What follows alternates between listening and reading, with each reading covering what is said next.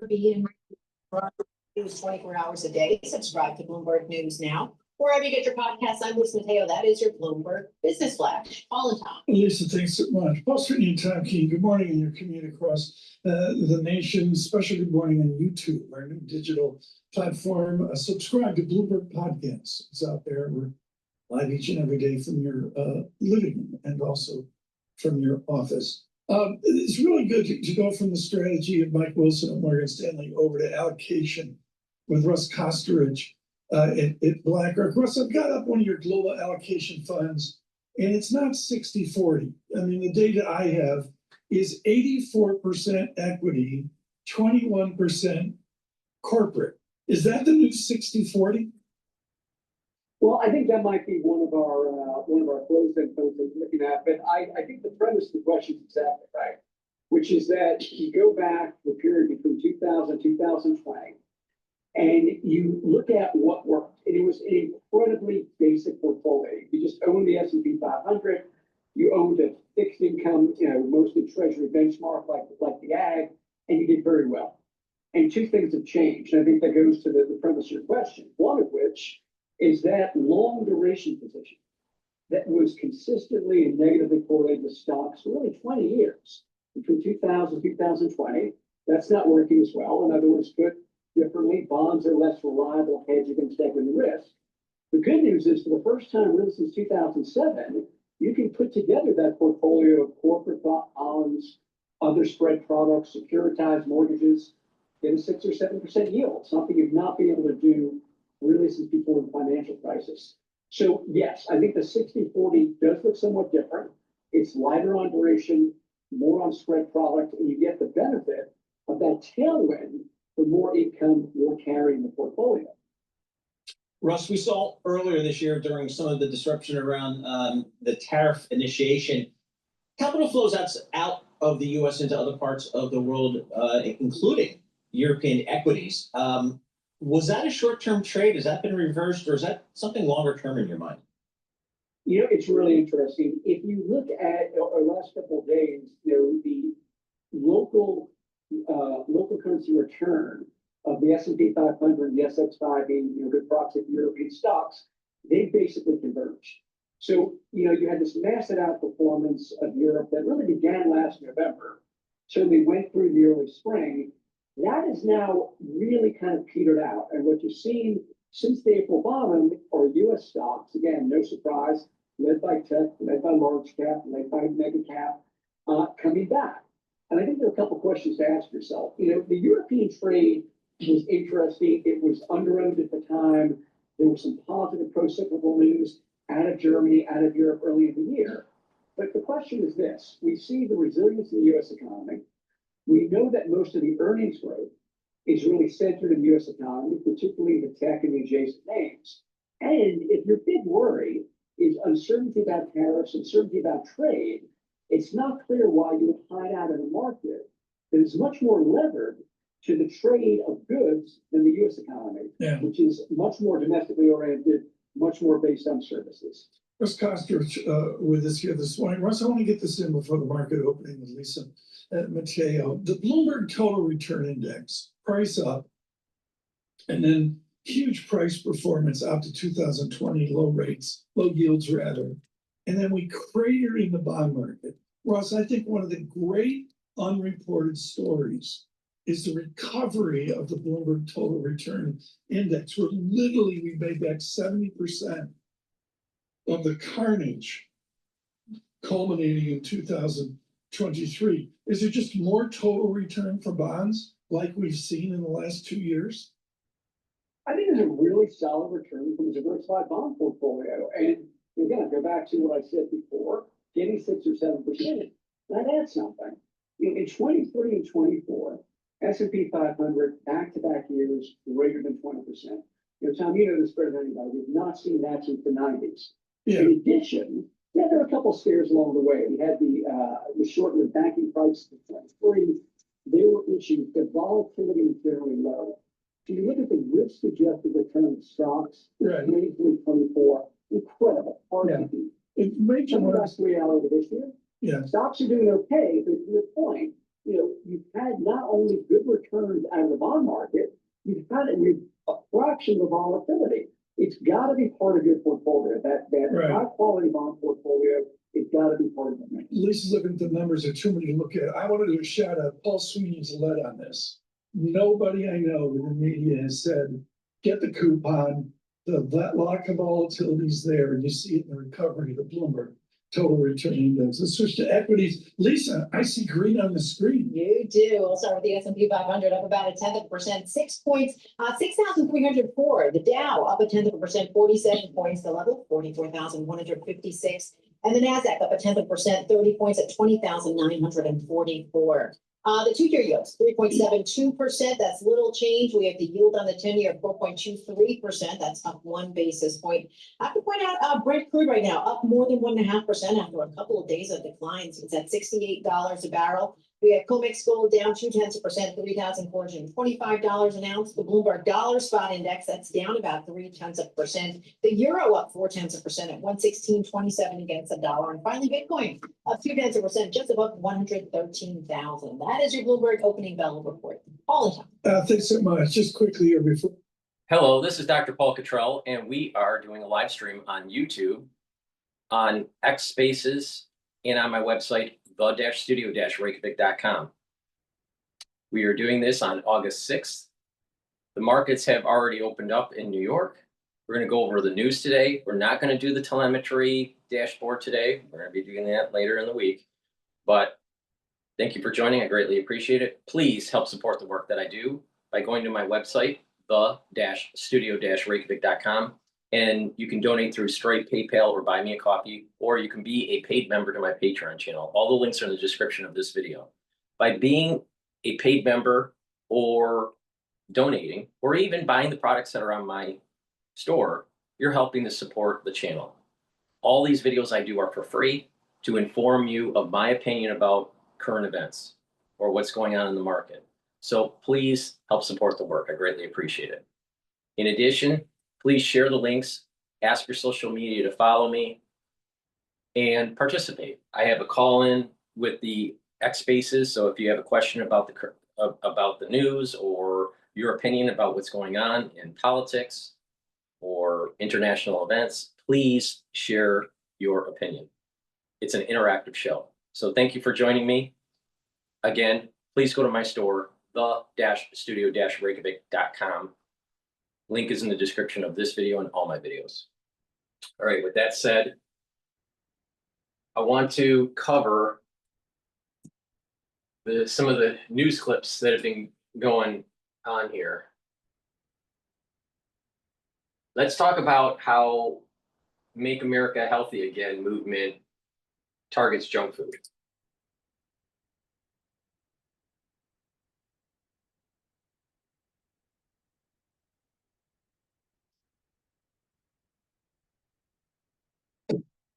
Stood and signed 6 additional SNAP waivers. Louisiana, Texas, West Virginia, Colorado, believe it or otherwise, to stop the selling of sugary drinks and junk food. But in those states, no longer can you use taxpayer dollars to do it.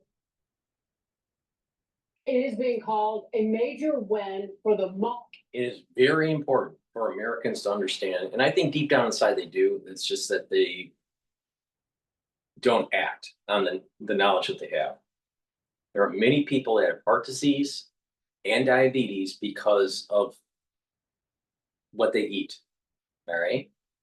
Some people can have some of these diseases because of genetics, but most people in the United States, it's because of their eating habits, and obesity rates are going through the roof at a young age. So it's really important to stay away from all pop, all soda. I'm from the Midwest, so it's not soda, it's pop. So it's really important to stay away from all of that crap and to watch the amount of carbs that you consume. And have a little bit of exercise in your life. And that would go a long way in terms of preventing diabetes and heart disease. But unfortunately, people in the United States, especially the youth, they are consuming these products with high sugary content in it that will lead to problems down the road.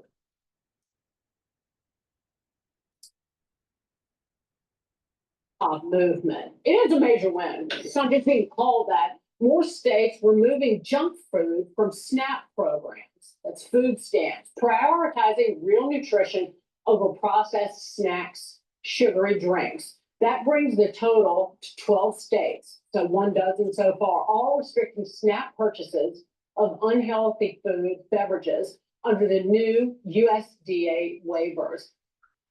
Caroline. Will it be 50? No. No, it's not I'm not really sure how this is going to play out, but I think zooming out here, the fact that SNAP is for low-income Americans, I think is the biggest point, because for a long time, I think we assumed as a culture that Make America Healthy Again, all these attempts at organic eating, holistic living was a luxury that only the higher echelons of society could really afford. But the stats don't lie. 25% of SNAP dollars go to candy and soda. That is a moral abomination. It used to be that during the Great Depression era, when you think of poor Americans, you think of undernourished, starved people. It's actually the opposite now, that they're overnourished in a way that causes heart disease and hypertension and an obesity crisis.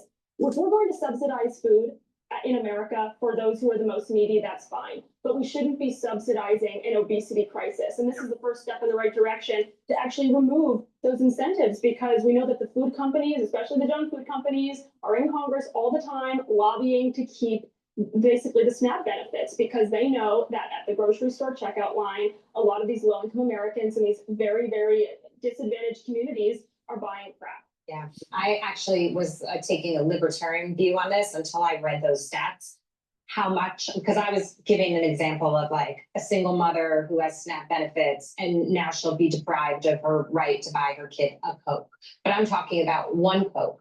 When 20% or 25% of your SNAP benefits are being used for junk food, sweets, and sugary drinks, it's crossing a line. I mean, ultimately, these benefits are provided to provide people with nutrition, and they are making bad decisions. I still think there's an educational element to this where people have to learn to make those decisions for themselves. But in the meantime, I remind everybody that the SNAP benefits are taxpayer dollars. These are tax dollars that we give to people to nourish themselves, and soda is not nourishing. Yeah, I'm with you. Changing availability or access doesn't necessarily change behaviors, but at least it's a step in the right direction. It's always appalled me when you go through the store and you can see that this is SNAP or EBT eligible at the junk food that it is. But again, I say that from a privileged position of maybe spending too much time digging into what's in that. So there is an education component that we have to do a better job. But this is the first point. Cut off the easy access. First of all, educating it's bullshit for a Fox News talking head to say, oh, I might be in a privileged position and therefore I have more knowledge. It is common sense that you have too much pop, you have too many Big Macs, you're going to be fat and you're going to die from heart disease. I mean, you don't have to be quote privileged. I mean, what is this apologetic bullshit on Fox News? People need to stop being apologetic and just get the job done. God, I hate people like that.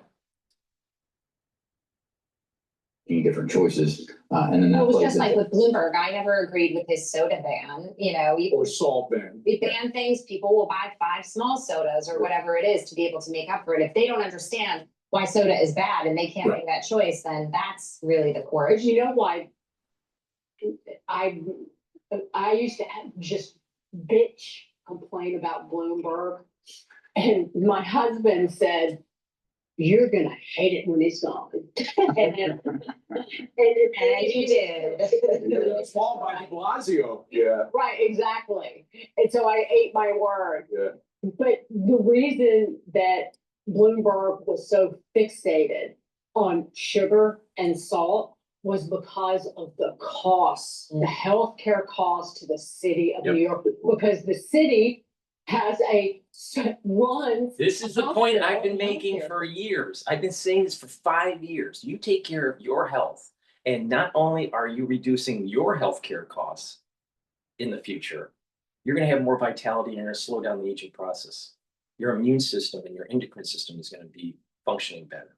But at a societal level, when more people do that, healthcare costs will radically go down by the billions, tens of billions of dollars will be saved. So this fast food crap is literally killing Americans. Now, who makes the money?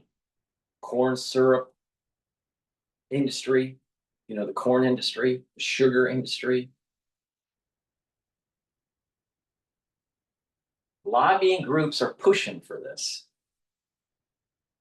People bought into it and now they're fat. They have diabetes, they have heart disease, and they're going to die at a young age. Yeah. And then also the insurance cost on all of the city employees.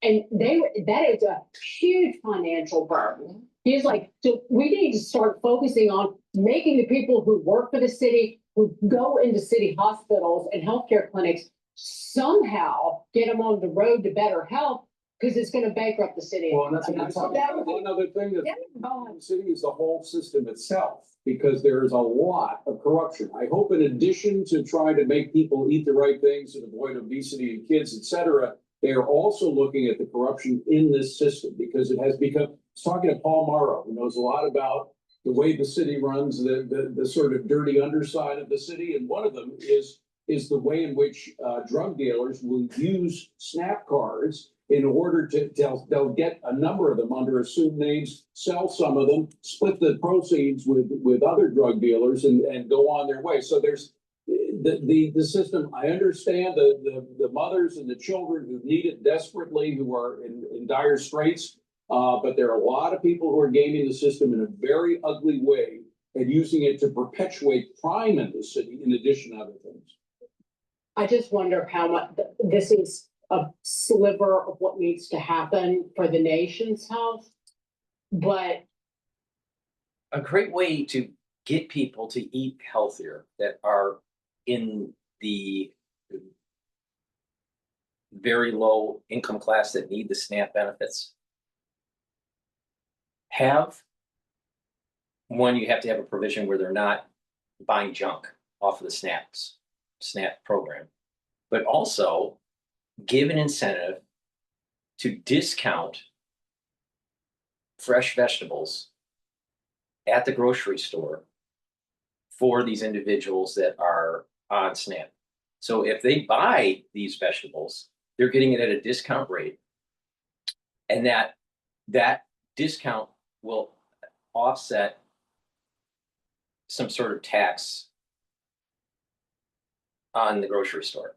So there is some sort of tax benefit that the grocery store will use to be able to lower some of these prices for SNAP recipients. So if someone is higher income that's not on SNAP, they still buy it at the fair value of the price for the vegetables. But give some sort of tax benefit to the grocery store to lower the prices for the vegetables for the SNAP recipients. I think that's a possibility to do. Now, one problem is that some communities are poor in general, and grocery stores in those areas may not have the means to cut their prices down too much because most of their customers are on SNAP. So that might have a little, that idea that I had might have a little kink into it in the affordability for the grocery store. because we are a wealthy nation, our calories are very cheap. Yeah. And we are blessed and cursed with that. And that's kind of part of the We problem. both are talking about taking a holistic view though, right? Not just access to junk foods, but the whole healthcare system, the cost of the system. You're talking about criminal enterprises monopolizing resources that should be given to others. And I think that's what's happening now, is that everyone's taking a step back going, if we change this here, what's the rest of the impacts and how do we have a holistic view of health for individuals, but also fiscal health for the government, for cities, for the nation. Dagan hit the nail on the head. If you don't solve this problem at its source, big government is going to get involved one way or another. If you have a bloated healthcare infrastructure because all of Americans are more, well, a lot of Americans are increasingly morbidly obese or chronically unhealthy, then somehow we're gonna end up subsidizing that as well. So we might as well solve it at the root, which is the food supply. By the way, Musk would be happy. Dietary guidelines, they have been reduced from 453 pages down to 4 to 6 pages. So there is an attempt also to downgrade the government's role in every single thing we eat, because there's a little too much. Well, and their pyramid was wrong. Yeah. Anyway. Terribly. But it gets back to paraphrase Pulp Fiction. Not something. Bacon is like, you're eating bacon. Bacon tastes good. Pork chops taste good. You know, Yeah. it's like you tell someone not to eat that, it's bad for them, and they tell you it tastes good. But the chemicals make it more addictive. And that's another thing that we have to look at. Is that ethical? That there are artificial ingredients that are designed to make those things more addictive? Are you a conscious consumer at that point? If you can't control really your cravings. Boom. That's another can of worms. Yes, it is. That's a boom. All right, we're gonna go to the next video, which is Ken O'Leary telling Senator Elizabeth Warren to go fix Massachusetts. But before we do, please go to my store, the-studio-reykjavik.com, and help support the work that I do by purchasing the great products that I offer. These are products that I use every day to help with my health and wellness. Now, if you follow my protocol, if you follow either everything I do or just parts of it, you're gonna see major benefits in your health and wellness in a very short order. So, for example, the first pillar of my protocol, which I call the core, is taking max 14, max 35, or cleanse. I have cleanse in stock. It's a 30 parts per million solution. You take a teaspoon a day, swish it in your mouth, gargle about 20, 30 seconds, and then swallow. What that will do is help boost up your immune system, help with the health of your oral pharynx and your oral cavity, help with the epithelial lining in those areas, and help with the mucosal barrier. And by doing that, you're boosting up your immune system. That's the first pillar of my core protocol. The second pillar of the core protocol is taking C60. That's a strong antioxidant. The third pillar is taking turmeric, ashwagandha, and lignans. That helps with the cardiovascular health and helps to boost up your immune system. And the fourth pillar is Boomer Boost. Boost up your energy levels and rev up your metabolism. You do that, you go a long way in slowing down the aging process and boosting up your health. So please go to my store, the-studio-reykjavik.com. Get the cleanse. It's a 30 parts per million solution that I take every day.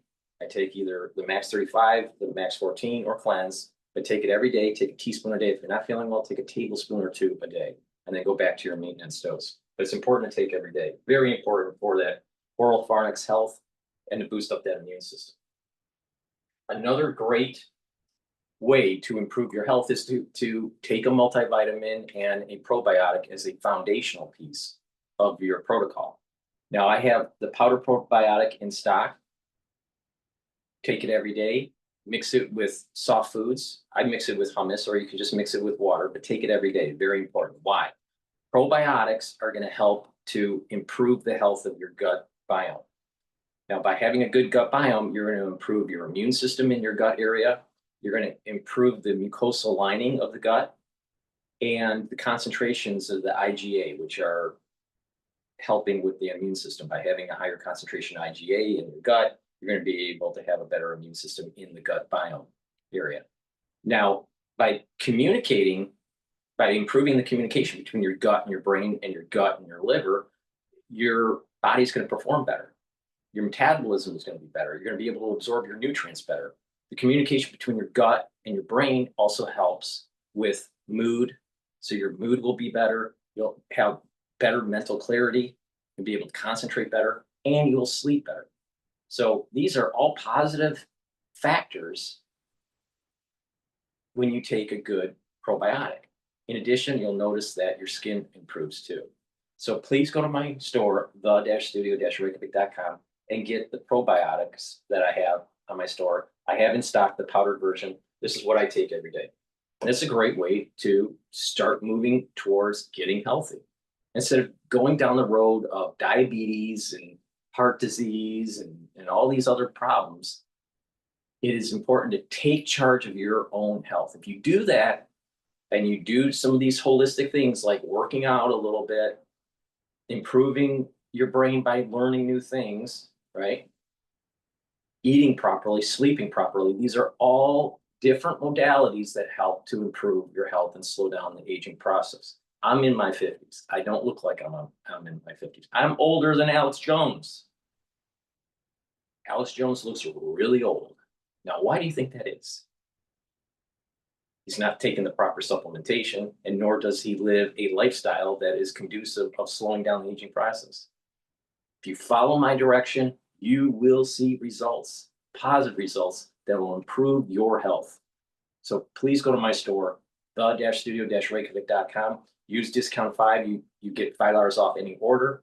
If you spend $100 or more, you'll get a free gift until supplies last. All right, let's go to Elizabeth Warren and Ken O'Leary.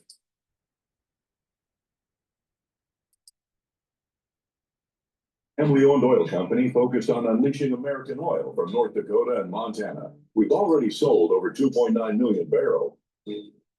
When someone stands up and says, I will lead this city by making it more affordable, and here are my plans, real plans, plans to deliver on childcare, plans to deliver on housing, plans to deliver, we're gonna experiment, we're gonna try. Let's think about this for a second. Plans to deliver. They have a real plan. Every single thing that Mamdani said about New York is a socialistic plan. And it's not my opinion. He even admits that it's a socialistic plan. He calls himself a Democrat socialist or a socialist Democrat. I would call him a communist. All right. Not only that, it's really important to understand. We have been down this road before with FDR. Before FDR came into the White House, mostly because of the crash of 29, right? FDR was pushing for socialistic agendas that were right out of Mussolini, Hitler, and Lenin. He had to tone it down a little bit, though.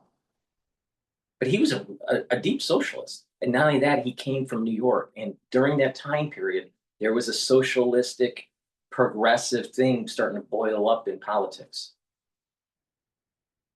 And he used the same terms. We have to experiment. And not only that, it was during FDR where he actually took debt, issued debt to buy gold and to take us off of the gold standard.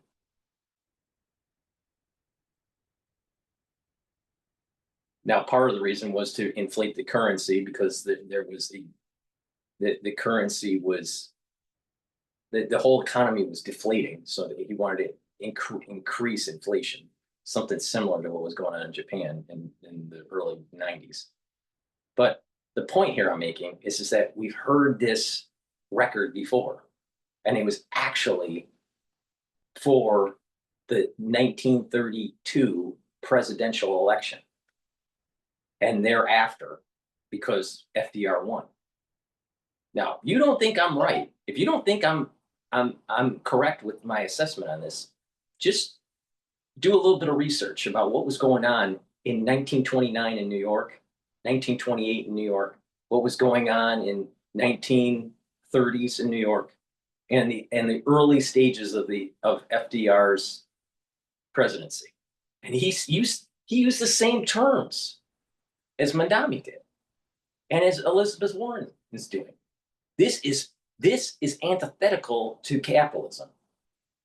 So when they start using words like we need to experiment, well, wait a minute. Why do you need to experiment when there are so many societies that have failed this test, this experiment? Now, does that mean that housing is affordable in New York? It's not affordable in New York. But the answer isn't socialism. The answer is capitalism. Socialism is only going to make it worse. But let's continue, because Elizabeth Warren, Pocahontas, knows everything. Meanwhile, she's a billionaire. Or not a It's billionaire. on groceries. Wait. Let me rephrase that.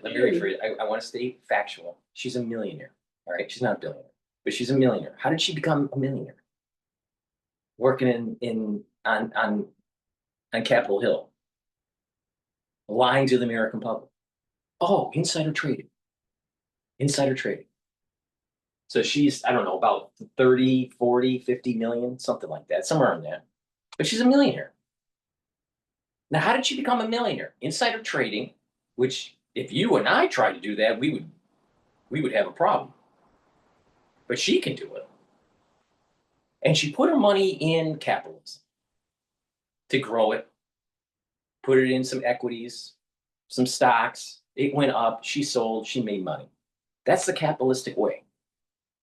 But, okay, so it's okay for her to be a millionaire using capitalism, but then tax you so you have less income, less disposable income to invest in the market so you can become a millionaire. So what does she do? She wants to raise your taxes. She wants to raise your taxes because the affordability issue in a city. But meanwhile, she took your taxpayer money because we pay their salary through our taxes. She took your taxpayer money and became a millionaire using capitalism. Now, don't you see this kind of whole picture, kind of everything's upside down? Ridiculous.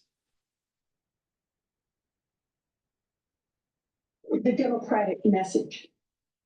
I watched this lunatic, Pocahontas. She's a total lunatic. I don't know what she's on. She's all jumping up and down like I've never seen anything like it, talking about supporting the communist mayor. And he's not a socialist. He's a communist. Okay, this is not a socialist mayor. This is a communist. If you look at any of his policy. I totally agree with Trump here on this. I voted for Trump 3 times. It doesn't mean I'm like pro-Trump all the time, because I think sometimes Trump makes mistakes. We're not all perfect. But the thing is that I do know this because I'm highly educated. All right. Ayn Rand, that wrote Atlas Shrugged, warned the American people that this bullshit's going to be coming down the pike. Now, she wrote it in the 1950s, I think it is. Late 1950s, maybe early 1960s, probably 57, I think was the first publication. Maybe 58. But the point here is that that book that she wrote warned the American public, do not pick Mamdani. It's going to be a fucking free-for-all. Don't do it. And why would she say this? Because she literally came from the Soviet Union. She knew exactly what this meant. Now, unfortunately, a bunch of blue-haired, uneducated, don't understand their history, is buying into Mamdani's bullshit. And meanwhile, if you ask these little snot-nosed, blue-haired bitches if they actually read anything from Ayn Rand, they probably would say no.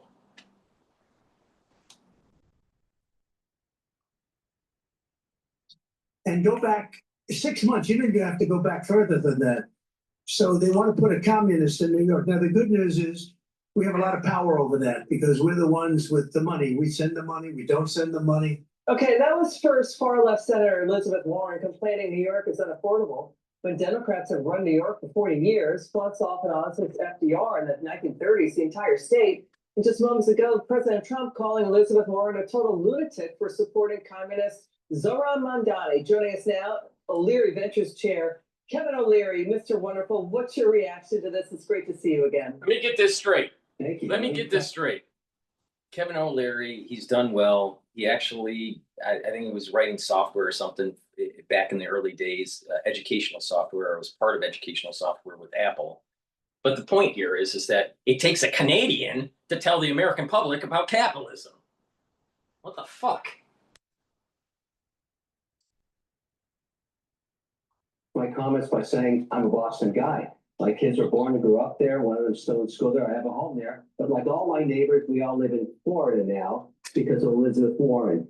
I applaud her. She says outrageous things and she raises. Don't forget, he's still a Canadian. Lots of money behind it. She's a marketer. But this comment she's making about affordability in New York, she's full of poo-poo on that. The reason you don't have affordability in New York is because of policy.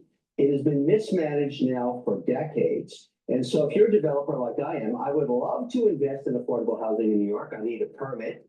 You can't put rent control on it, or I can't get a return for investors. And what happens is the capital just goes somewhere else.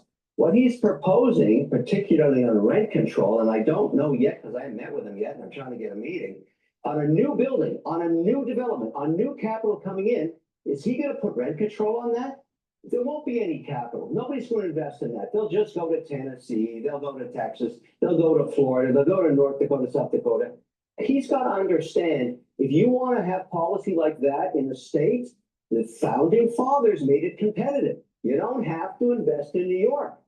As I've said many times, even with you, you can see the Rockettes. That's what I'm going to do. I'm not putting a dime in there until I find out what the policy is going to be. Exactly, that's the problem, and they don't see And it. so But if you have developers not developing, then what's going to happen is rents are actually going to go up. The cost of living is going to go up under Mamdani, not go down. So there's going to be white flight, high income flight. People are going to leave the city. If Mamdani wins and gets what he wants, and he institutes these policies, there's going to be a major exodus out of New York. It's going to happen. Now, you just think about it. It's happened before. It happened in the 70s. It happened in the 60s in New York. There was white flight out of Detroit. Most of Detroit was white. And then they left to the suburbs. Same thing in Chicago.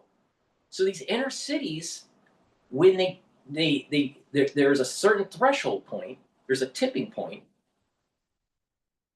where there's going to be higher income level people leaving the city and going to a different state, a surrounding suburb or whatever.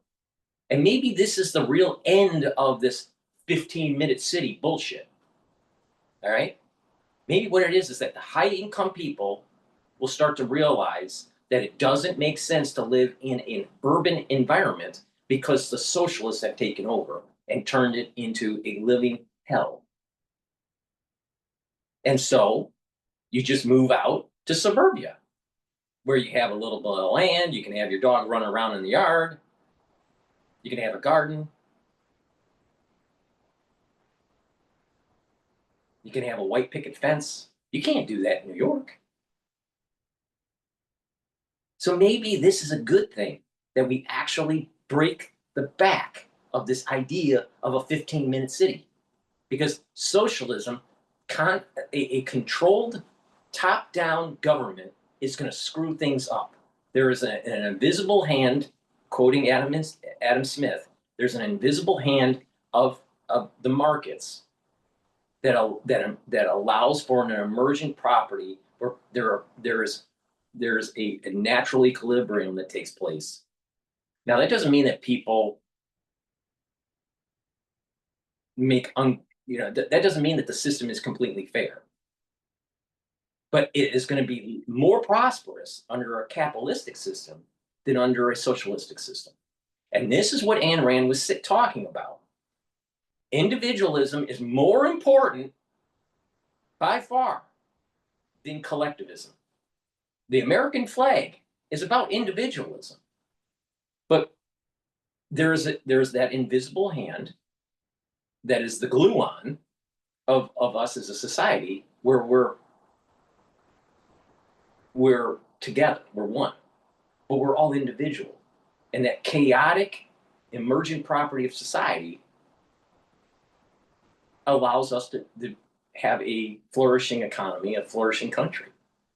You can't have a top-down control. It will just destroy what we have. So the flag the American flag represents individualism. Individual stars contained in a box, contained in a square, 50 stars, each of them individual, but that when amalgamated makes one whole. That's the whole ethos of Americana. It's not top-down government. It's not a hammer and a sickle with a few stars. It's the stars and stripes. And never forget that. Never, ever, ever, ever, ever forget that.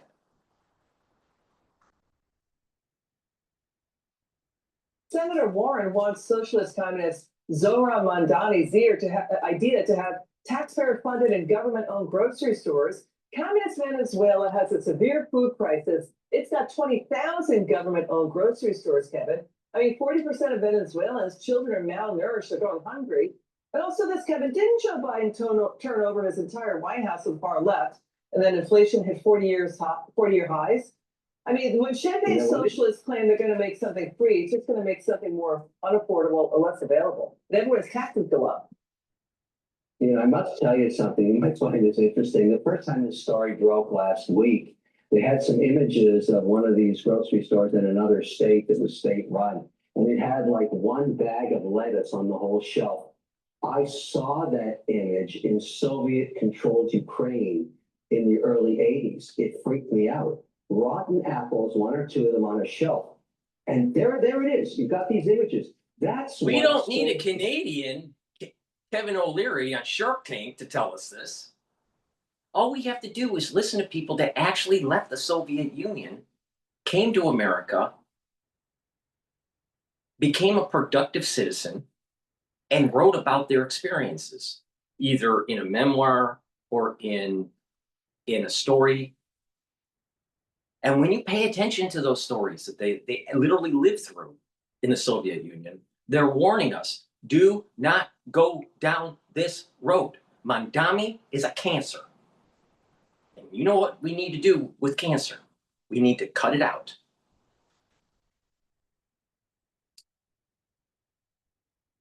It really looked like I was there. I saw it. It gave me a chill to see that. That can't be America, and that can't be New York. And what is Elizabeth Warren doing in New York anyways? Get out of there. Go fix Boston. Go fix Massachusetts. Why don't you try and get some guys like me back there? You've made the policy impossible there. We want to destroy another state? With all due respect, because I love the way she markets this outrageous stuff. She's one of the winners in raising $5 at a time. All right, Kevin O'Leary, we love Mr. Wonderful because he's out there in the real world. He's telling it like it is. Kevin O'Leary, you're terrific. Thank you so much. Now to this. Major problem happening in New York. But because this is a capitalistic show, please go to my store, the-studio-reykjavik.com, and take my advice. Do the things that I'm doing. Use the products that I have on my store to help with your health. All right. I want you to get healthy in 2025, in 2026, 2027, into your geriatric years, so you have more vitality. And guess what?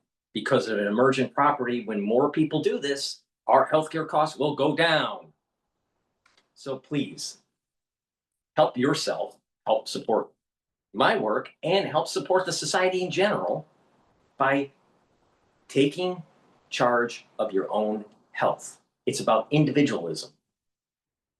But there's an emergent property that takes place when more people take charge of their life, and the society in general becomes more productive. So please go to my store, the-studio-reykjavik.com, and get the structural nano silver soaps that I have. I have it in lemongrass. I have it in charcoal tea tree, very high quality soaps. Get a couple bars for your household. I also have it in peppermint, in the new labeling, and also in lavender in the new labeling. So please get a few bars for your household, very high quality structural nano silver soaps. All right. And support capitalism. Another thing to help support capitalism, I have partnered up with Rainbow Herbals, and we've developed these deodorant bars that are dual purpose, made from essential oils from the Himalayas. All natural ingredients, no aluminum, no baking soda, all natural ingredients, You can get it in citrus and you can get it in peppermint, lavender, and tea tree. It's for males and females, and it's dual purpose. Use it as a daily deodorant, but it also will help to detoxify your body at the same time. And guess what? We got a lot of chemicals in the air and on surfaces. We are bombarded by chemicals. You need to detox your body regularly, or it's going to affect your immune system and your endocrine system. So it's really important to take products that help to detoxify your body. So please go to my store, the-studio-reykjavik.com, and get the great deodorant bars that I offer. So if you spend $150, if you spend $100 or more, I will give you a free gift. All right. It was $150, but I decided to be nice. Why? Because that's the way capitalism is. So if you spend $100 or more, you'll get a free gift. In addition, use discount 5 and you get $5 off any order. Please help support the work that I do. All this is for free. And it's a great way to, I guess, get entertained, but also to get a little bit of knowledge of what's really going on in the world. All right, let's listen to Mike Rowe analyzes the threat of AI for new college grads. By those debt repayments. So let's bring in somebody who knows a lot about work. And isn't afraid to get dirty doing it sometimes. Mike Rowe joins me now of the Mike Rowe Works Foundation. He and his team giving away $5 million in scholarships this month to people who choose to learn a skilled trade rather than getting that 4-year degree. Mike, it's great to have you with us today. Thanks for joining us. Thanks. No, it's great to be here. So one of the things that stuck out to me is Dario Amodei of Anthropic, the AI company. He said employment could spike to between 10 and 20% in the next 5 years. He thinks that people are sugarcoating how many jobs are actually going to disappear when AI is, more fully enforced. Do you agree with that? Well, I don't have a crystal ball. I don't know. I suspect it's going to be monumentally disruptive. I don't know when and who is going to pay the price first, but I do feel pretty certain that the jobs we're training people for, and I've been saying this for 17 years. I know I'm a broken record on your network, but it is gratifying in a weird, twisted kind of way to see this come to pass. We have welders and steam fitters and pipe fitters and such a huge need right now for electricians and HVAC and collision repair. Honestly, people think I'm just all hyperbolic about it, but there's not a week goes by at my foundation where I don't get a phone call from somebody at the top of the food chain in a major industry who's saying, we're looking for 50,000, 100,000. The Marine Maritime base right now, the guys that build our submarines are looking to hire 250,000 tradespeople. So you just can't ignore that amount of opportunity. Having said that, AI, robots, all of it eventually is going to impact everybody. But at the moment, if I were betting, I'd say learn a skill that's in demand, avoid the debt, and go to work. Yeah, I mean, when you think about all the people out there who went to college to get a degree that took them forever to pay off, and maybe their degree was in something that was sort of esoteric and not really that useful, and how well they could be, putting food on the table and growing a business and hiring other people, if they had taken a route that might have been a little bit more, front row for them. This is from the Diary of a CIO podcast. I thought this was interesting. This is Mo Gaudet of Google. Watch this. CEOs are celebrating that they can now get rid of people and have productivity gains and cost reductions because AI can do that job. The one thing they don't think of is AI will replace them too. If a CEO can be It's replaced not just by that. AI. It's not only are the CEOs beating their chest saying that they can reduce their workforce and become more productive for Wall Street, so their stock price will go up and they'll have a better executive package. It is true that eventually AI will replace them, the CEOs or the C-suite. But it's more important to understand that who buys the goods when you reach the threshold point, when you have 10, 25% unemployment. There's a certain point that you lay off too many people and no one buys your goods or services because R2D2 and C3PO aren't going to buy your services and your goods. So you have to have a workforce. This is what I keep on mentioning about the capital and labor decoupling. And that economics doesn't, modern day economics doesn't have a good theory of this. Now, I personally think that what's going to happen is there's going to be a war. People are going to not be able to afford their life, support their family, and there will be something that's very similar to the French Revolution. Because what has happened is that the AI development made some people very wealthy, while others will start to slowly become poorer and poorer and poorer over time. And eventually it'll reach a threshold where the masses will have to overthrow the aristocracy. Very similar to what happened in France during Napoleon's time. It's not going to be an American Revolution. It's going to be a French Revolution that takes place in this post-layoff world because of AI. So he needs to think even farther. All of our farther costs is going to disappear. We are going to hit a short-term dystopia. There's no escaping that. You know what, No. I always wonder. I think what's going to happen, I think, It's no, very I scary. put a lot of thought into this. I think there's going to be a short-term utopia. Very short-term utopia where there'll be people that are more productive and they have money in the market and it's climbing. And then all of a sudden people start to get laid off, more people get laid off, the economy starts to falter, then you start to go into depression. And that's when you start to have the bubblings of a revolution that takes place. That's the dystopia.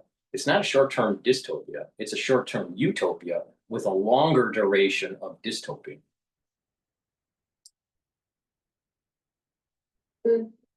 Wonder if it's true. You know, when I put something into ChatGPT and I ask it a question and it spits something out, I have to like kind of look at it and, you know, figure out if it's actually correct or where they drew from in the internet to get that information. And I feel like if you send someone a letter written by AI, you write a little speech for a birthday party, it's so obvious to me that it was cranked out on this machine. Do you think these people are right about how doomsday and how replaceable all this is?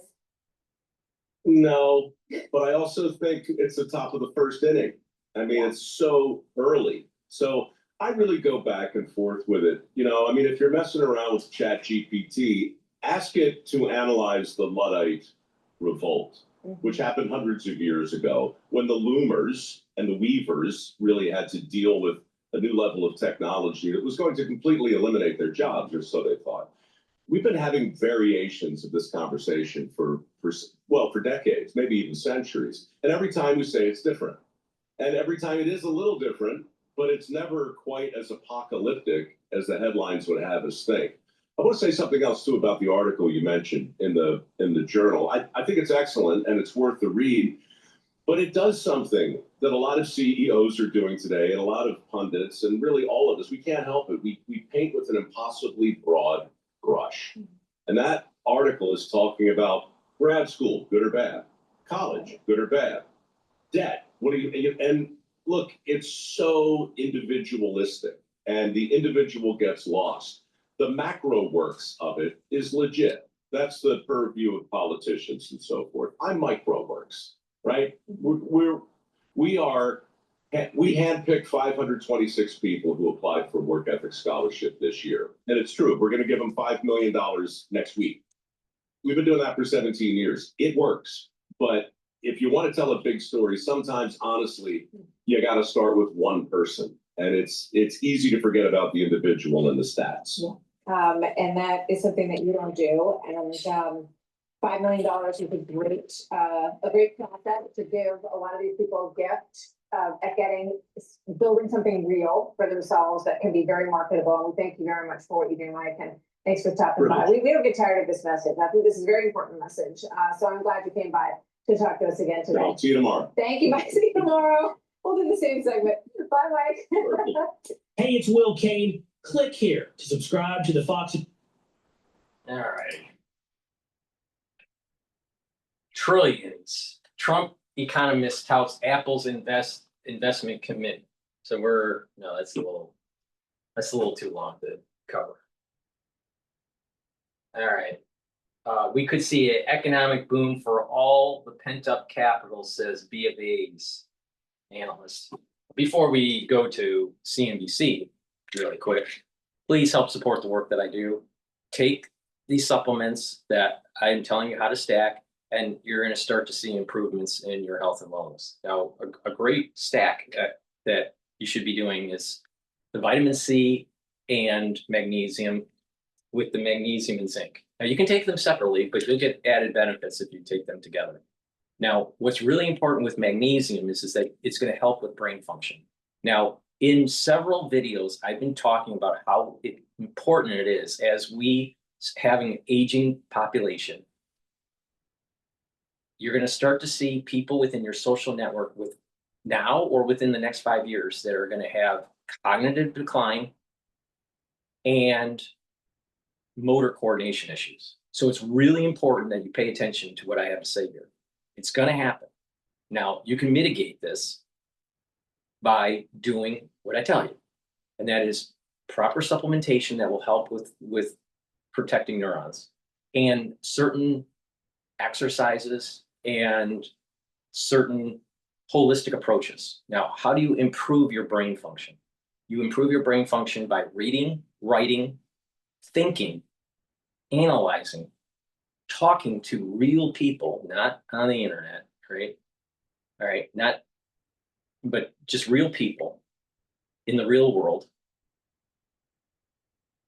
doing some exercises because you want to activate those neurons. You want to get better blood flow for your brain. So there's two areas that you need to consider: the cognitive function area and the motor coordination area. So if you activate your neurons for cognitive function by learning new things, right, and taking the proper supplementation to create the microenvironment for positive neuroplasticity and to improve the health of the myelin sheath and have more energy for those neurons, you're going to have healthier neurons. Now, by doing different exercises like resistance training, you're activating a certain type of neuron to contract the muscle. You're also doing balancing exercises to activate the cerebellum.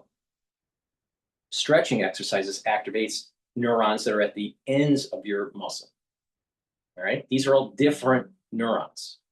They're all different nerves, all right, that are activated to allow for the contraction.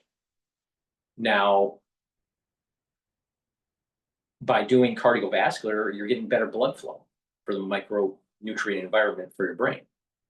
So these are really important. So one very important supplement to take is magnesium to help with brain health. But you're going to see lots of people not paying attention or don't know, and you're going to see people saying things like all the time, or having a hard time constructing a sentence, or having a hard time connecting different thoughts while they're speaking.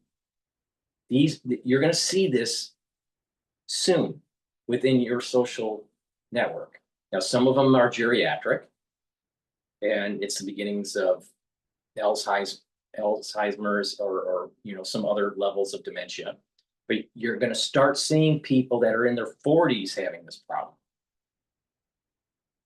And you need to pay attention. It's a holistic approach to prevent this from happening. All right. Now, I'm not going to go into the details on why it's happening. I think you already know that. All right. But it's happening. So you need to mitigate the issue. Now, how do you mitigate it? You mitigate it by doing the proper exercising, mindfulness or spirituality, meditation that calms the central nervous system, gets you out of sympathetic and puts you into parasympathetic mode. That helps with the healing process. Doing the 4 different modalities of exercise that I just mentioned, proper diet, proper sleep to help to detoxify the central nervous system, to help you to consolidate memory. These are all super important to do. So it's not just taking the supplementation. It's not just reading a book. But if you do all these things that I'm saying, you're going to improve your chances of not having these issues that other people are going to be having. I'm telling you, you probably have noticed it now with your social network that people are having cognitive or motor coordination problems. And it's starting in their 40s. So pay attention to me, it's happening. All right. So vitamin C and magnesium is a dual purpose supplement. What it's going to do is it's going to help with your skin. It cross links with collagen to help with the dermal layer for vitamin C. Vitamin C is also an antioxidant. And vitamin C and magnesium helps with your immune system, and the magnesium helps with brain function. Now with magnesium and zinc also helps with the immune system, and you get the brain function from magnesium. Now, stack them together and you're helping with your immune system and brain function. Another key point with magnesium is that it helps with the efficacy of D3. So D3 works better when you take magnesium. So stack these together. Use discount 5. I want these products in your hand. They work. These are things that I take every day. So use the discount 5. You spend $100 or more, get a free gift till supplies last. I want you to get healthy. You follow my direction. You're mitigating the problems that many other people are going to have. You don't listen, and you're increasing your chances of having the same problems that other people will have. It's that simple.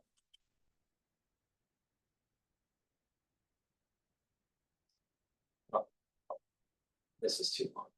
President Trump is cracking down on unreliable. I didn't want to play that one. Sorry, guys. Let's see.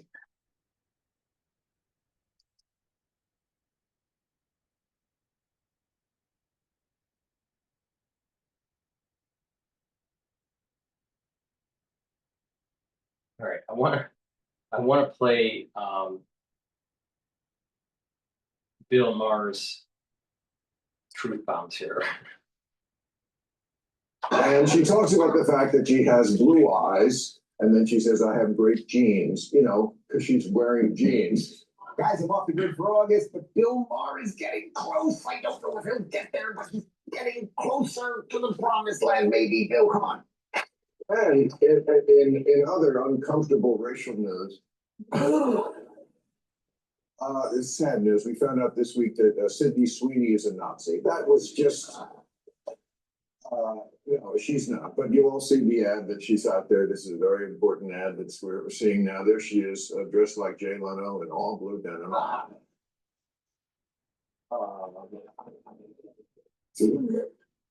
And she talks about the fact that she has blue eyes, and then she says, I have great genes, you know, because she's wearing jeans. But according to the woke people, this means that she's a white supremacist. It also doesn't help that her bra size is 36 KKK.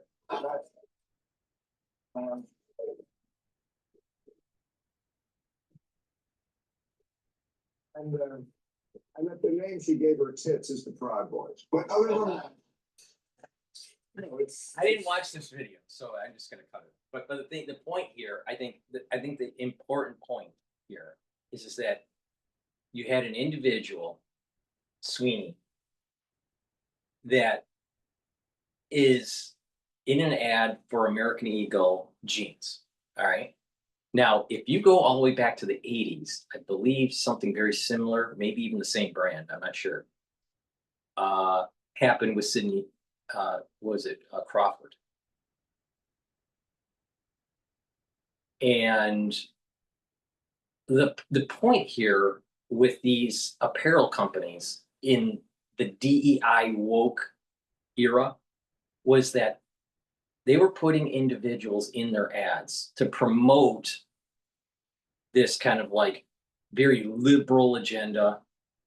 And it was eroding. I mean, they were promoting the erosion of the 3 pillars. And those 3 pillars are God, country, and family. Well, if you have apparel companies, you know, promoting that, oh, it's masculinity is bad and that whites are bad and all this stuff. And it's just promoting unhealthy habits. All right. They were promoting literally obesity is okay. No, obesity is not okay. It's not okay. My brother died because he didn't know how to control his weight and what he was eating. And it was about high carbohydrate diet, and heart disease ran in the family. And guess what? He increased his chances of having a heart attack. He died at age 36 from a heart attack. Why? Because of poor lifestyle choices. But the thing is that you have apparel companies or lingerie companies like Victoria's Secret that were promoting for a period of time this whole liberal agenda where people that were way overweight were being almost like put on a pedestal, that it's okay to be over. Some people have problems with their weight.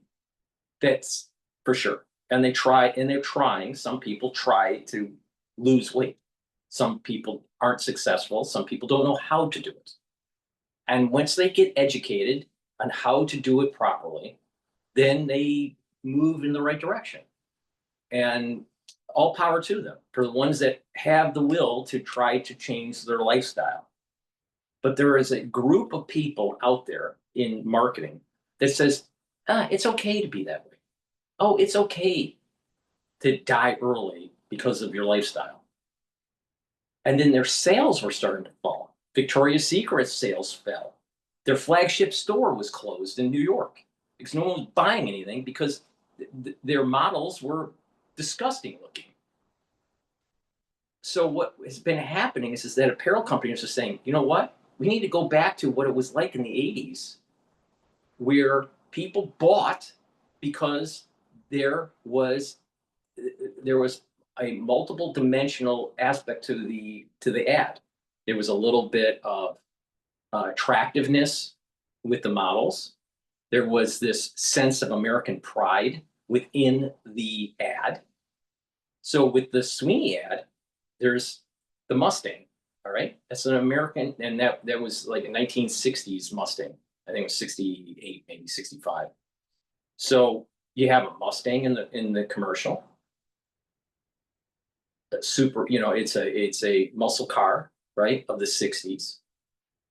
You have jeans. What's a big part of Americana? Jeans and rock and roll, right? So you have this sense within the ad of Americana. Not this woke stuff that's trying to destroy Americana. So I think that I wouldn't buy American Eagle jeans. I personally come from the standpoint, if you're going to buy jeans, it has to be Levi's. But the thing is that that's just me. I mean, there's certain things that if I buy something, it has to be a certain brand. It absolutely has to be. So DrPaulCottrell, inside baseball here, DrPaulCottrell, if he's wearing jeans, it has to be Levi's, right? Nothing else. But all right, but that's just me. But the idea of having an ad that is rebooting Americana and also selling products is a good thing. Instead of demonizing America, demonizing God, country, and family, and not selling anything and having the stock plummet. Woke goes broke. You go woke, you go broke. It's that simple. And these marketing people are starting to get pressure from the CEOs and the C-suite that, you know what? It's time to get back to business and selling jeans. All right? Or selling whatever. But stop this whole woke agenda. Now, what has happened is that you've had some people that are part of the DEI and affirmative action that have moved into the C-suite, and they've been dictating to their marketing group and they're hiring also woke people within their marketing group to, push this agenda. But again, they're tanking their company, and then eventually the board of directors starts to get pissed off. The shareholders get pissed off, and they push out those individuals that were elevated in the C-suite. And then voila, those woke people are out of the C-suite and it's coming back to Americana. It's about, it makes zero sense to demonize Americana, right? And think that it's going to actually get you to sell your jeans, especially if your company's called American Eagle. Why would you try to demonize America if part of your name is American Eagle? All right. So I personally think that going back to this 1980s era of marketing is a smart move. And literally, it's helping their stock. It's helping their sales. By Victoria's Secret going back to these fashion models instead of these obese models, they're selling more product now. So I think this is a good thing. But the liberal agenda, the liberal people out there, the blue-haired, dipshits out there, they're having a fit. Heaven forbid that you reboot Americana. Heaven forbid that it's about God, country, and family. Heaven forbid that you actually show on TV or show on, in these apps or videos, these inside ads within the video, an attractive woman promoting a product or a masculine male promoting a product. Why does everything have to be some sort of, homosexual kind of ad? Why? It wasn't like that in the 80s. And actually, when you have this kind of thing happening, when you're promoting these kinds of behaviors, these negative behaviors from DEI and these woke agenda, sales usually drop. Sitcoms are disgusting to watch now. Absolutely disgusting to watch. I didn't live in that kind of America. It's not an America that I even want to live in. And I sure as hell ain't gonna watch it. And I sure as hell ain't gonna buy anything that's being advertised in that on those sitcoms. Big sections of America are saying this, and it's affecting the bottom line, and CEOs are waking up and taking control of their marketing department. Because a lot of marketers in general are, they're either metrosexual, homosexual, or they have this like very liberal agenda. Very few marketers are actually conservative. But the thing is that there is this kind of reboot of conservatism that's taking place. All right.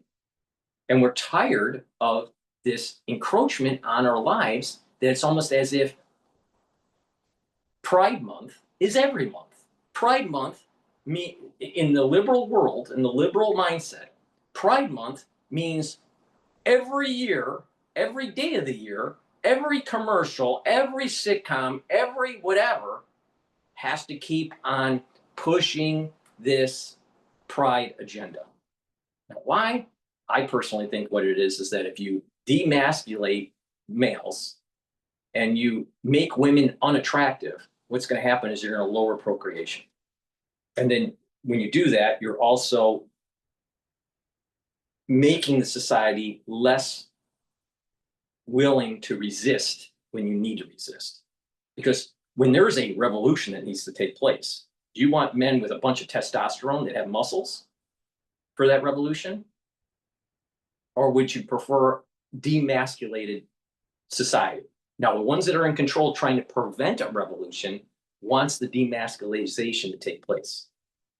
And this is the overall point of this projection of the pride movement in Americana. And that ad is saying enough is enough. You put the fist down on the table and you say, we're taking back the country. The woke shit is over. That's what that ad means. And all these liberals are having a hissy fit. Now, would I buy American Eagle jeans? No. Why? Because Dr. Paul Cottrell only wears Levi's. Period. Full stop. All right. All right. Let's listen to White House officials talking about Apple. Traders, welcome back to the TradingView channel. In this video, we're going to be introducing you to our all new TradingView Smart AI Indicator developed in collaboration with. Getting some breaking news on Apple this morning. Let's get to Washington and Megan Cassell. Hey, Megan. Hey, Carl, good morning. So we've known the president was making a big announcement today at 4:30 p.m. in the Oval Office. And now we can report that according to a White House official, it's an Apple investment. Apple. There's a breaking news that's taking place. Trump advisors push for temporary Fed governor to fill open seat. So there's going to be a shakeup at the Federal Reserve. Will be upping its investment in the U.S. by $100 million to bring the total to $600 billion over the next few years. They say this $100 billion commitment to America is a significant acceleration of the U.S. investment they've already announced. They say that part of this investment will go towards what they describe as an American manufacturing program. It's dedicated to bringing even more of Apple's supply chain and advanced manufacturing to the U.S. They say through the program, they'll be inventing. So this is good. This is good. We're an American company. Apple is reinvesting in America. All right. But if you look at the mosaic, especially with the Sweeney ad for American Eagle, this is just proving my point. The pendulum of liberalism has lost momentum and it's starting to swing back to conservatism. This is a good thing. This is a good thing for America. But during this switching over to conservatism, you're going to have these holdouts within the liberal community where they have their nose pierced and they're, and have their they're tattooed their forehead and everything else. All right. They're going to have a hard time adjusting to this conservative movement. The ones that haven't destroyed their body or their mind, they'll be able to adapt and morph into conservatism quicker. But there's going to be some holdouts out there. These blue, what I'll call the blue-haired liberal holdouts, they're going to be kicking and screaming the whole time, trying to burn down the town. But here in a mosaic, we're seeing bringing back America, bringing back that economic clustering, bringing back that productivity, bringing back opportunity in businesses in the American way, the can-do spirit.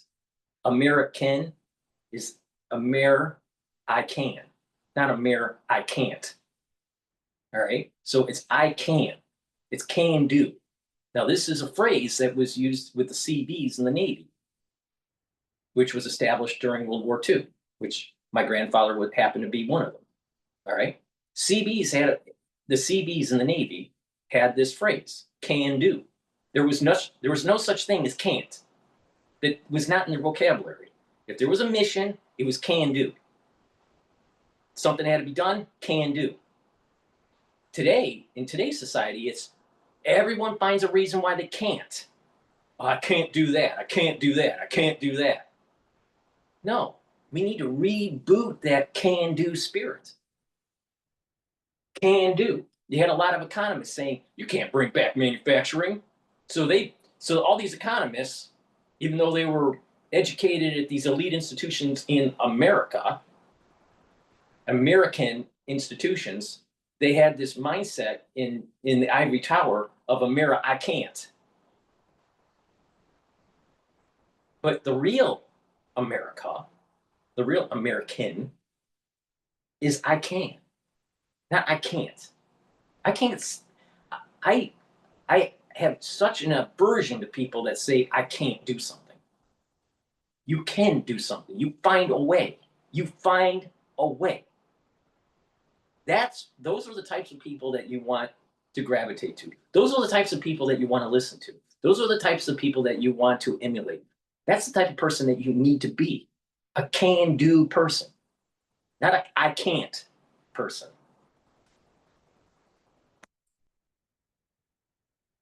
Incentivizing global companies to manufacture even more critical components in the United States, guys. All of this attributable to a White House official who also confirms to me that Tim Cook will be in the Oval Office for the announcement later today. Again, that's scheduled for 4:30 p.m., guys. So we know that Tim Cook has been talking consistently with the president this term, as he did in the first term as well, to try to get better relationship and also better treatment for Apple amid tariffs, amid export controls, so many policy issues that impact the company. We also know this president responds very well to investment commitments like this one. So now we see Apple upping its investment commitment by another $100 billion. So Megan, does that mean they're gonna get an exemption from tariffs on India? I mean, that's what. No, think about this for a second. Tim Cook, on stage, about 4 or 5 years ago, stated he couldn't move his manufacturing back to the United States. That was impossible. Because Tim Cook, a liberal, I believe homosexual, but the thing is a liberal, even though he's married. But the thing is that he was a liberal, having an I can't attitude. And oh, by the way, haven't you noticed that Apple is a little bit pushing the pride shit? Have you noticed that?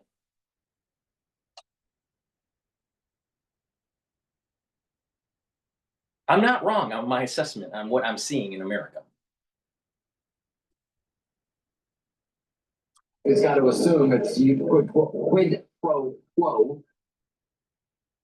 That is the biggest question. And David, after we spoke about this yesterday, I tried to ask the White House whether they've been in touch with Tim Cook specifically about India tariffs, which we expect the president to lift higher over the next 24 hours or so. At the time, I was told that the White House would not read out any private conversations. They would not even confirm whether the two men had been in touch recently. But when we see them on camera later today in the Oval, Tim Cook and Donald Trump next to each other, that's going to be a major question on my mind, is what the discussion has been around India. We'll have to see. Maybe they do get some exemption from those higher tariffs.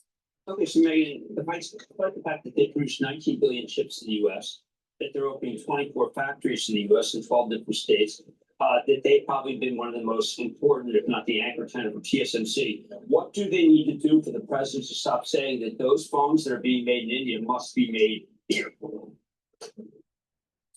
That's the biggest question, Jim, and that I think is what leads to investment announcements like this one. Now, these are exceedingly hard to track after they're announced, and we have to see, when does this money start to flow? What does it look like?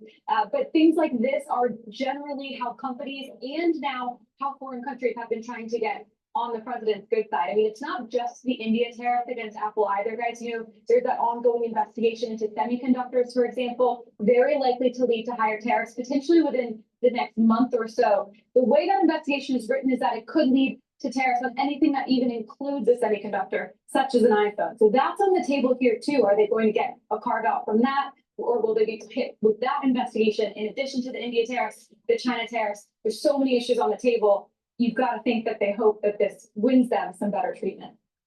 We'll watch for that this afternoon, Megan. Thank you, Megan Casella. This is what Ivy League universities you can get into with a 3.6 GPA. 90% of students with a 4.0 plus.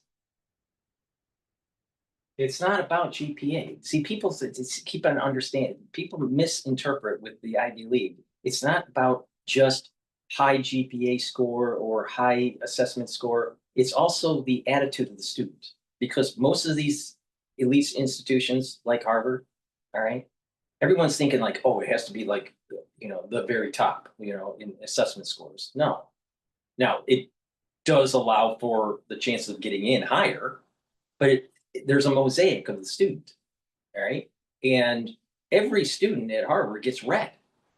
So their application, 57,000 of them, it spreads across the United States. So wherever they're actually applying, you know, if they're out of state, so that state has representatives within the Harvard community that actually reads the application. Every single fucking application to Harvard is read by a human being, and people don't get that.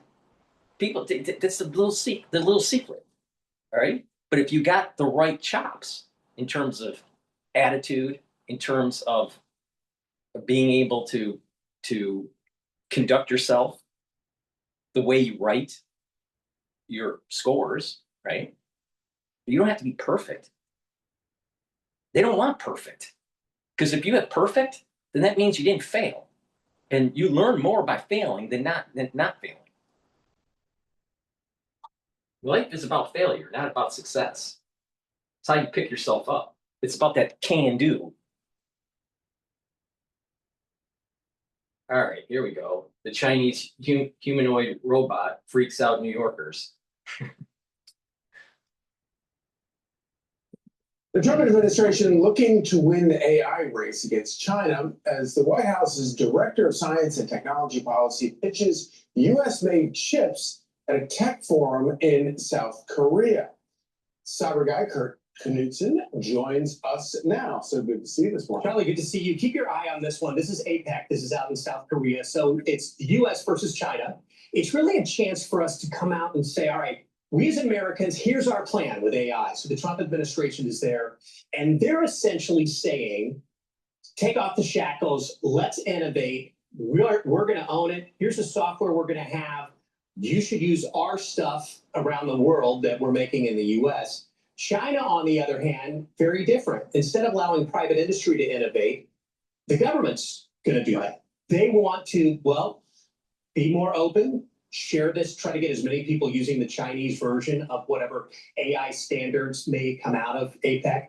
But really, it's just, I'll show you what I've got, you show me what you've got, but let's see. The rest of the world is going to pick one or the other ultimately. Right. So that's what we're watching. So real quick, because I want to get to the second story. In a blind taste test, who makes the best chips? Oh, we do, no doubt. Without NVIDIA. No, I mean, they're the leader in this industry. You know, it all started from a graphics. I don't want to get too geeky on you, but it all started with a really good graphics chip that now is really the basis of AI here in innovation in our country. We've got them. I mean, we've got, hands down, America's got that right now. Next year, year after, that's a question. You got to keep innovating. You got to stay on it. And history shows that private innovation is usually better than government innovation. 100%. And which is how we won the Cold War. True, of course. So the second thing I want to ask you about is I want to ask you about this robot, and I'm like really disturbed by this. I mean, that was right here in New York City, strolling down. I'm not sure exactly where it was, but as you can see, people are really not sure exactly. Am I going to start seeing this? Are we going to see this everywhere? So this is named Koi. This is a Unitree robot out of China that was set loose in Midtown Manhattan. And it had a variety of responses, mostly freak out. It went in to try on some Hoku shoes at a local store. Yeah. And people are like, what? And the guy working there was like, oh, okay, I'll get you. What size shoe do you want? And he goes, tries it on.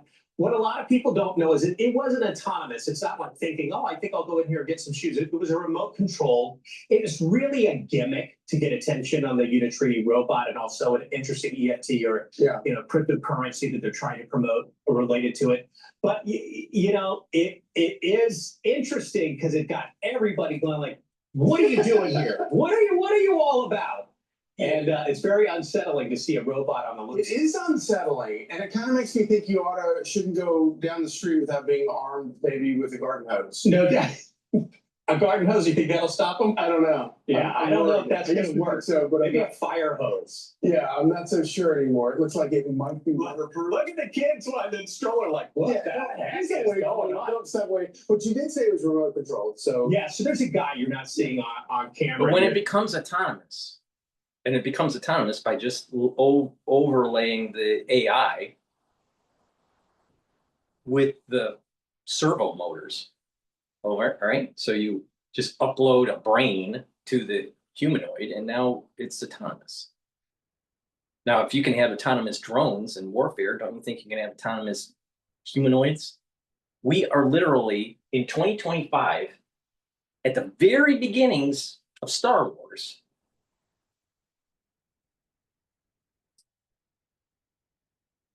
Just near him that's causing this robot to do this. But imagine you're in your own town and this thing starts running down your street at you. You can't see like, what in the world is going on? The You're apocalypse. invading, right? Exactly. All right, thank you so much. Hit Kurt's free Cyber Guy report to the newsletter to see how to get Google to stop tracking your every move at cyberguy.com. Thank you so much. Good to see you. Good to see you. More Fox and Friends next. I'm Steve Doocy. I'm Brian Kilmeade. And I'm Ainsley Earhart. And click here to subscribe to the Fox News YouTube page to catch our hottest interviews. All right, let's listen to Paul Ryan on Trump's tariff agenda. See if he has something positive to say.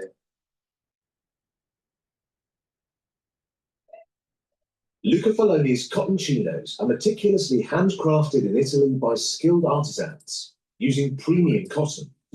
Things right now. Before we go to Paul Ryan, I need to plug some products here. Please go to my store, the-studio-reykjavik.com, and get the vitamin B complex. Vitamin B complex, the first 4 B vitamins, helps with the mitochondrial health. It's going to boost up ATP levels.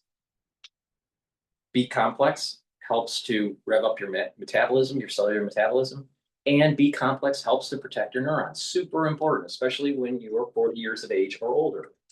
Clarity factor, you should be taking this every day. It's going to be able to allow you to concentrate at work or at school, or even if you're retired. It'll allow you to focus on tasks that you normally need lots of concentration on. And by doing this regularly, it's going to help support your memory. Drink it with filtered water.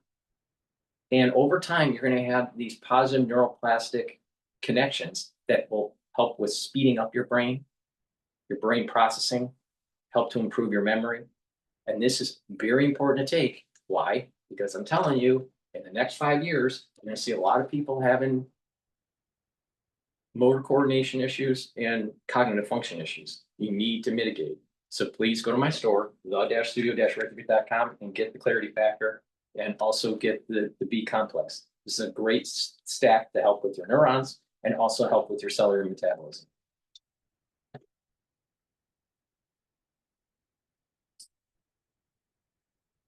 For Speaker of the House, Paul Ryan, who's currently a partner at Solomon Capital and Vice Chairman at Teneo. And it's good to see you, sir. Morning.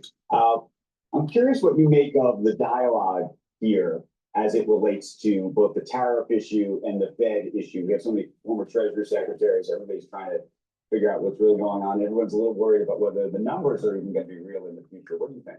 Well, I think we're kind of driving the car with 2 feet, 1 foot on the gas, 1 foot on the brake. On the gas, we've got good tax policy that's pro-growth. We've got regulatory relief coming, and we've got this AI boom that's going to be great for productivity. On the brake, tariff uncertainty, and a debt crisis on the horizon, which is going to mess with interest rates. So I think all of that combustible mixture is giving people cause for concern. The latest job numbers weren't so good. So I think that's what we're talking about. And the whole point of this conference is, what do you do to revive American prosperity and continue it? So there's definitely a tariff discussion that's happening. There's a huge tariff discussion. How big a deal do you think that is right now? I think it's the biggest deal right now of anything that's out there. It's the uncertainty. And do you believe that the market has tariffs actually built in, or do you think the market believes there's still an opportunity or a moment that this administration will pull the bill? I think the market thinks that. I don't think that that's the case. Okay, so you think, let's just unpack that. Yeah. You think the market? I think the market thinks everything's going to be calm soon, and I just don't. Calm, and that the tariffs are going to go away? Well, they're just going to settle into some easy, predictable place, and I just don't think that that's going to happen. Why do I think that? I think it's more than likely that the Supreme Court knocks out IEVA, the law that's being used for these tariffs, which doesn't have the word tariff in it. Then the president's going to have to go to other laws to justify tariffs. 232, 201, 301. There's a bunch of laws. Those are harder laws to operate with. They're dual tracking it right now. So you have these agreements. I spent a lot of time on trade agreements. That's what one of my jobs in Congress was at Ways and Means. And these agreements could be a little upended if he loses in court. Then he's going to have to revive a tariff. Plus, I think they justify tariffs based on trade deficits. I don't think that's the way to go. But then they threw a tariff on Brazil at 50%, and we have a trade surplus with Brazil. So there's no sort of rationale for this other than just the president wanting to raise tariffs based upon his whims, his opinions. And so I think choppy waters are ahead, because I think they're going to have some legal challenges. And so I think it's going to be a while before this settles in. I think the market would like to see a predictable tariff policy that's settled. But even long term, there's a permanence to these tariffs, because the other issue Yeah, is come up here, which is once you put them in, the revenue becomes part of the budget. I think that's right. Actually, if you remember, Kevin Brady and I were pushing the border adjustment tax before the Tax Cuts and Jobs Act, which now was made permanent. And we always knew we were gonna end up with the tax law we have today. But our ideal policy was a border adjustment tax. This actually gets you closer to that. So I do think you're gonna see, let's just say $300 billion of revenue from tariffs. It's gonna be pretty hard for the next president to turn that off or walk away from that. Because that next president could be just as protectionist. Joe Biden didn't take these tariffs off when he became president. But the problem is, I think tariffs are the wrong way to go. It makes you unproductive, it lowers living standards, it's bad for our industries long term. Good short-term politics, bad long-term economics. But the tax base is looking more like what we would call a border adjustment tax. We have full expensing permanent, and we're getting this tariff revenue from trade deficits. You could actually parlay this into a cash flow border adjustment tax, and it would be far superior, economically speaking, than this tariff uncertainty. That's to me a long-term way out of these woods. But I do think we're gonna have tariffs for a while, and I think the government's gonna see this revenue. And with the deficits we have, it's gonna be hard to turn that off. What about the Fed? How concerned or are you or not? No, I'm not. about I think this issue? the Kevins are great. I don't wanna. Which Kevin do you like? I'm not gonna say that because I don't wanna hurt either of these people. I think Waller, I think the people that he's considering are qualified people. They'd all be good Fed chairs. And I think, I'm not too worried about this. But the whole idea that whoever this next Fed chair. Hello, my name is Adam Ferrari, the Chief Executive Officer of Phoenix Energy. I look forward to you joining us at our next investor webinar, where you can drill deeper into our 9 to 13% annual interest rate bond offerings and see how our company has become an emerging leader in the oil and gas industry. In 2024, Phoenix Energy rose to become the 11th most prolific oil and gas operator in the Williston Basin, one of America's top producing regions. We are now right alongside industry giants like ConocoPhillips. Whoever this next Fed chair is has to effectively pledge either loyalty or just the idea that they are going to lower interest rates, right? Oh, the market. We should be lowering interest rates. We're going into an interest rate cutting environment. So Do you think we're late? Do you think the Powell's too late at this point? I don't know. I don't think I'm qualified to say that. I think the tariff uncertainty is still a thing. And I think it's wise to wait for that. But with the latest labor market activity, I think September is the right time. But look, you got Cash Gary coming up. You asked Neil about that. My point is, we have an independent Federal Reserve. We have a Humphrey Hawkins law. I spent a lot of time in this law that makes an independent Fed. The president's going to do what he's going to do. We're still going to have an independent Fed. I'm not worried about that changing. Right? That law is not going to change. That takes 60 votes in the Senate. That's not going to happen. And all these people they're looking at for Fed chair are qualified people. So, and plus, if we were having to go into an interest increasing environment and we were at this posture, I'd be a little worried. But we're going into an interest rate cutting environment anyway. So I'm just not worried about its independence ultimately being okay. threatened. You're a data guy. You like numbers. BLS. You saw that last Friday and you thought what? It's more than an eye-rolling exercise. I Googled Bill Beach. Bill Beach is for Republicans. He's impeccable conservative Republican economic credentials. He was Trump 1's BLS administrator, and he said this is absolutely groundless. So I would look at what Bill Beach said, Trump's first BLS administrator, and echo his sentiments. I think the story goes away if they replace her, I forgot her name, with like a legitimate person. If they put a political hack in there, then this is going to be really troubling. But if they put somebody who's qualified in there, the story probably goes away. But yeah, I think it was a non-breaking episode, and we have a lot of those these days. Are you surprised that there haven't been more people speaking out about that? No, because it's the BLS. I mean, how many of us pay attention to BLS? I mean, they have to fix their surveys. There's some issues with the way the household survey works, and there's work to be done there. But that it is so out of the mainstream, no one thinks about the BLS except for geeks who pay attention to this stuff. I got a different one for you. One of the things, and Joe and I were talking about it earlier, we were showing some tape of Brian Moynihan responding to the president. The president has an executive order around this idea that banks have been discriminating against conservative. Curious as somebody who's a conservative, whether you think that's true. If it's true, it's absolutely outrageous. And so they ought to be able to fix this with regulations to make sure that doesn't happen. If you're debanking someone based on the political beliefs, that's totally outrageous. I don't know to what extent that has happened, if it's happened. I don't know the answer. Well, that's a question. No, I mean, in the circles you travel. I've not heard that in the circle that in Wisconsin. I live in Janesville, Wisconsin. I have not heard that that happens to conservatives, but maybe it is. I don't know, but this ought to be settled pretty easily through, clear regulations. But I think part of what's happened, and this is what we were discussing, is there are industries where maybe more conservatives have sort of flowed into them. Crypto, for example, the gun industry and the like.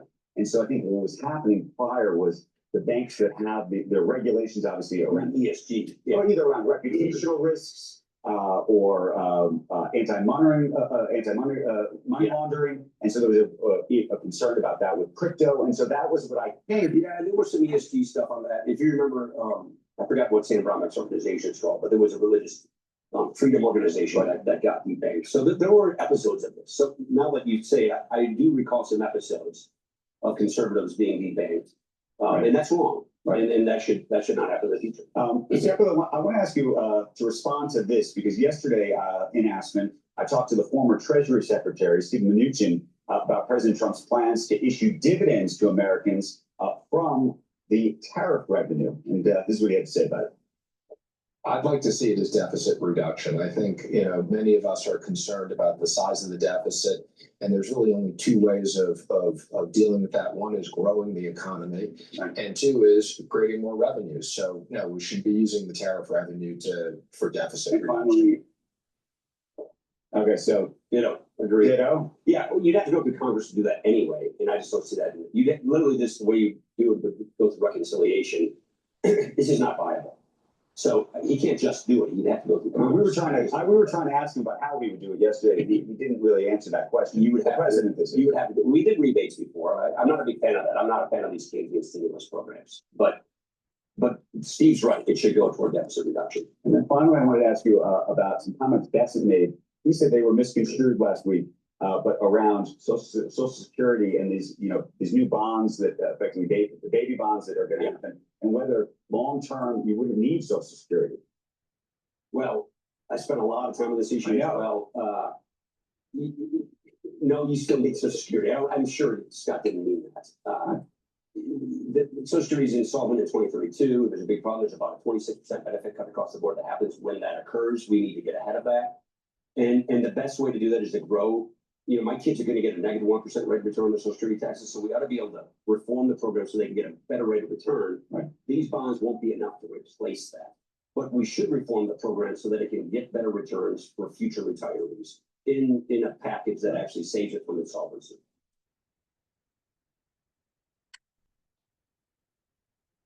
You can make all the money you want in the world, but you'll never get the respect and admiration you deserve until you get shredded. Look at Bezos, one of the richest men.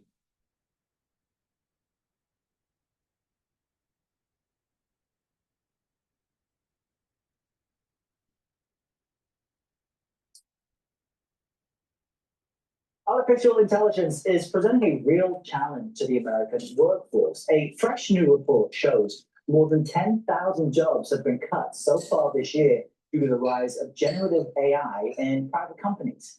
Bank of America's CEO talked about the impact of AI on job growth on Face the Nation Sunday. AI gives you a place to go that we've never been able to go before. In other words, there are jobs that take text, think about it, and produce it. Many jobs on a company, our research team. Now you're able to maybe use a machine to enhance that activity. So we believe that people harness AI for the benefit will be very successful. CBS News Money Watch reporter Megan Cirillo joins us now in studio to talk about all of this. Megan, good morning. A warm welcome. Great to have you here.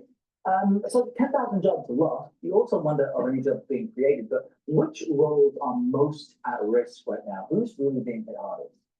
We've been talking for a while now about AI potential to take over jobs. It's no longer a possibility or likelihood, it's a reality. This new report from Challenger Brighteon Christmas, an outplacement firm, shows that so far this year, except the first 7 months of 2025, employers cut 10,000 jobs and they attributed those cuts directly to AI. Not surprisingly, a lot of the job cuts are concentrated in the tech sector because AI is good at things like coding. It's also good at the kinds of rote, repetitive tasks that are usually associated with entry-level work, which is making it harder for some recent college graduates to land their first jobs out of school. I mean, for Gen Z and I guess younger millennials, they have just had a really tough time with the world. I mean, if they're just now graduating or they've just started at a new job and they're in the tech sector, which they have been told forever is going to bring them riches and success, what are they experiencing right now? Right, well, some of them might be having concentration remorse. By that I mean regretful for having concentrated in these subjects that they thought would provide them a lot of opportunities for jobs. What they're finding is, according to the One Career platform, job postings for recent college grads are down 15%. Meanwhile, applications for those same jobs are up 30%. Wow. So they're finding that it's even harder. It was hard to begin with. It's even harder to land that first job out of school. Now, you mentioned this report specifically cites AI as the reason for the job losses, but we talk so much about government cuts, tariffs as well, all these other forces on the economy. How much of that is also weighing down people? There are a lot of, like you said, there are a lot of factors at play here, and it's not fair to attribute all of these cuts to AI because we have tariffs and policy and economic uncertainty, which is weighing on businesses. And they are saying that that's causing them to pause investment and pause hiring decisions because they're anticipating that their own costs are going to go up. And where's a good place to cut costs? On labor. So they're cutting back on hiring and they're laying workers off. In the retail industry, for example, goods importers are anticipating having to pay higher costs on a lot of their imports. And that's going to affect their bottom lines and in turn affect hiring. Yeah, tough situation for so many people, but they should follow your reporting. I know you also give advice on what you can do with this brand new world we're in. Megan Srila, great to have you with us this Tuesday. Thanks, everyone. Imagine being able to build any. OpenAI kickstarted the artificial intelligence arms race with the explosive debut of ChatGPT in late 2022, turning the startup into a $300 billion company and founder Sam Altman into a household name. Joining us right now is tech journalist Karen Howe, whose latest book is out today. It's called Empire of AI, Dreams and Nightmares in Sam Altman's OpenAI. The book is a culmination of over 300 interviews conducted over the last 7 years. Karen, thanks a lot for coming in today. Thank you so much for having me. Congratulations on the book. Thank you. You were writing about OpenAI before anybody had any idea what this was. Your first kind of take on them was 2019. How did you find them and what did you think? I was a reporter at MIT Technology Review at the time covering the cutting edge research in AI. So at the time, OpenAI was a fundamental AI research lab, and that was why I was tracking them. And what I realized was they were originally founded as a nonprofit, but they were quickly starting to develop commercial intent. They were starting to become competitive and secretive. And that had ramifications for not only the AI world, but potentially the way that AI would be introduced into society all around the world. What's your biggest concern or of the ramifications of that? The way that Silicon Valley and OpenAI leading the charge has really approached AI development is very much an embodiment of the way Silicon Valley has developed technology over the last decade, which is growth at all costs. They have really chosen to pursue AI models that are extraordinarily large. They require a lot of data, a lot of labor, a lot of computational resources, which has environmental implications. And my greatest concern is that we are pursuing a path of AI development that is extremely harmful to a lot of people around the world. In terms of jobs? In terms of jobs, in terms of their environmental health, their ability to access economic opportunity, to access quality information. And AI is a beneficial technology if we can also mitigate all of the ways that the supply chain of the current. One is worse than the other at the moment. Yeah, so there are many different types of AI technology. But you see, is there a line at which you say to yourself, this is actually going to improve people's lives? It's going to improve productivity to a level where it's going to create economic efficiencies, going to create opportunities, all sorts of things? Or do you see that that's a sort of a fantasy? No, so I think there are AI technologies that tackle very specific challenges and are well scoped. That is very different from general AI technologies that are supposedly meant to do anything. If we can target AI toward problems that AI is very good for, optimization problems, computational problems, healthcare, towards integrating more renewables into the grid. These are things that AI is very good at. They are also well scoped, so it's not nebulous how you should be applying AI in that situation. But right now, these Silicon Valley companies are trying to make everything machines. And when you're trying to make everything machines, not only are they not going to be high quality in everything, people are going to have a fundamental misunderstanding about how they should be using these technologies, and inevitably it is going to harm them. Karen, you're one of a number of books that have been written about Sam Altman and OpenAI. Your book was not written with Altman's cooperation. In fact, you wrote something on X recently that's kind of backhanded criticism. You said, there are some books coming out about OpenAI and me. We only participated in 2.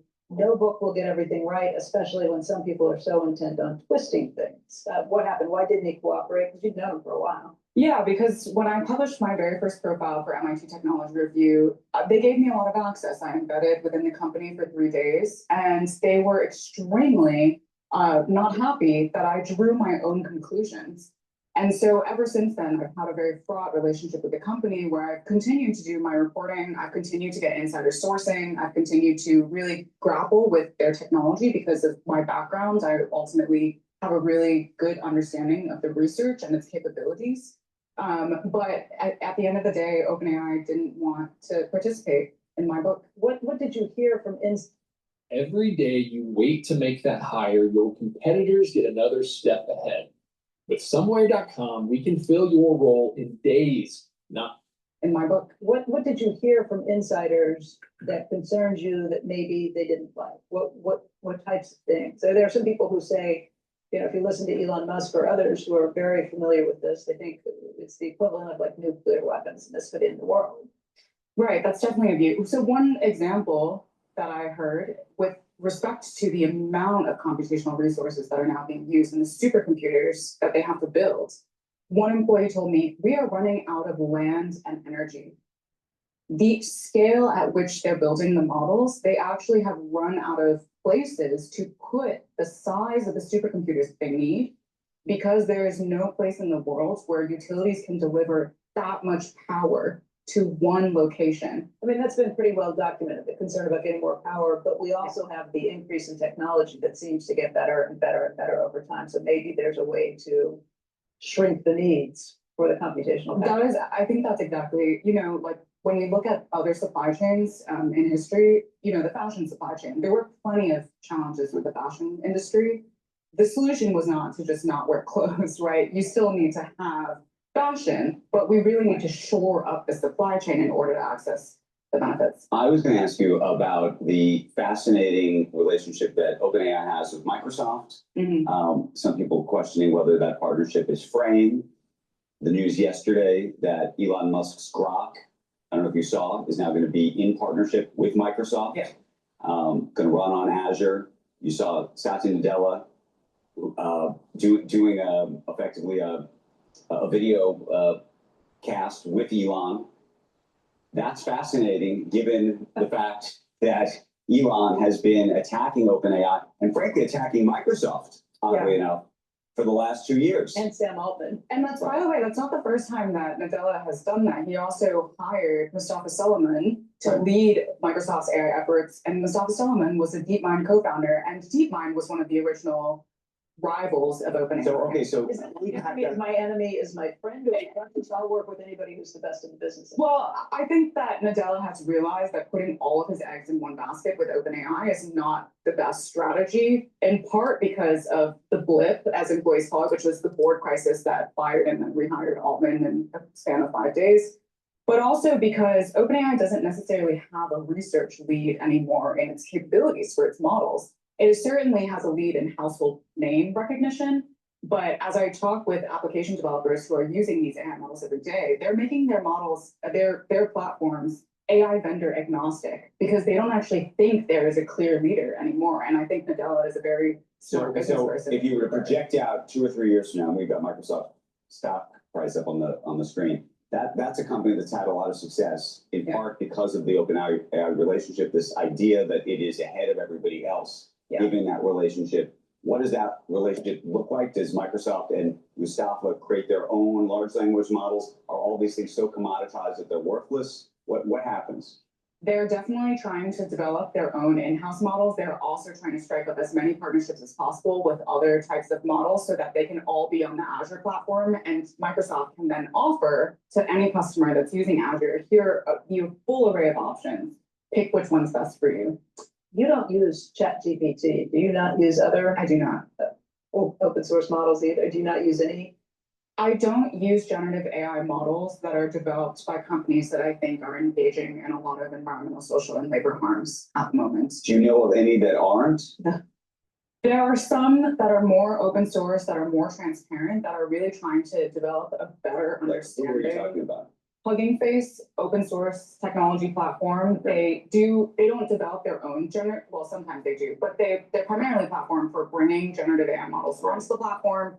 But their primary goal is to try and help people like scientists, public researchers, policymakers be able to understand the technology, because in other environments like OpenAI and Anthropic, it's completely behind closed doors.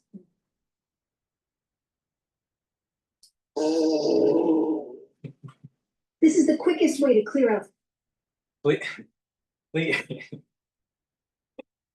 This show is completely unscripted. So the advertisement that popped up right after the show, the clip with CNBC and the AI author was a gut issue advertisement. I'll tell you, this show is so there's so much serendipity that happens with it. All right, so please go to my store, the-studio-reykjavik.com, and take this stack. The stack that I'm going to show here is going to help with your cardiovascular health and your immune system. It's something that you should be doing every day. It's super important. You get a lot of benefit from this stack, and it's the third pillar of the core protocol. Now, taking turmeric is going to soak up free radicals. It's going to bring down inflammation. It's also going to help to boost up that immune system and help with your vascular system. By bringing down inflammation at the vascular level, you're reducing plaque formation. Ashwagandha root is going to help to bring down cortisol levels and help to control your blood glucose levels. At the vascular level, that's going to bring down inflammation. And overall, systemically, you're going to bring down inflammation. Therefore, it's going to help with your vascular system and your immune system, respectively. Lignans helps with your immune system and your endocrine system. It's a powder. You mix it with soft foods or with filtered water. And with lignans, you're also going to be able to soak up free radicals. So by stacking the turmeric, the ashwagandha, and the lignans together, it's a very, very, very powerful stack to bring down inflammation and help boost up that immune system, help with your cardiovascular system. So this is a powerful stack that everyone should be taking every day. Now, I have a very high quality toothpaste. Get a few tubes for your household. This will help to whiten your teeth, freshen your breath, help with the gum health and your gum line, reduce inflammation. This is really important. It's a very high quality. It's the best toothpaste that you're going to get. It's made with structural nanosilver. It has no fluoride. Very high quality. Get a few tubes for your household. And gels. I have two types of gels, in the tube form and in the quick dispenser. Now you can use this as a daily skincare. You can use it as an aftershave. If you're not feeling well or someone around you is not feeling well, put it on your hands, around your mouth, around your eyes, around your nose, around your ears, lightly coat your nostrils, stays active for 5.5 hours. It also couples really well with collagen and vitamin C for skincare. You can use it as an aftershave. So it's a dual purpose product. Have some at home and at work. You never know when you need it. Trust me, you're going to need it. And lastly, lozenges and drops. I have in stock the elderberry zinc lozenges in a 21 count. And I also have in stock for drops in 100 count. Honey and lemon, cherry, and also in blueberry. So go to my store, law-studio-reykjavik.com, and use discount 5. You get $5 off any order. You spend $100 or more, I'll give you a free gift. Till supplies last.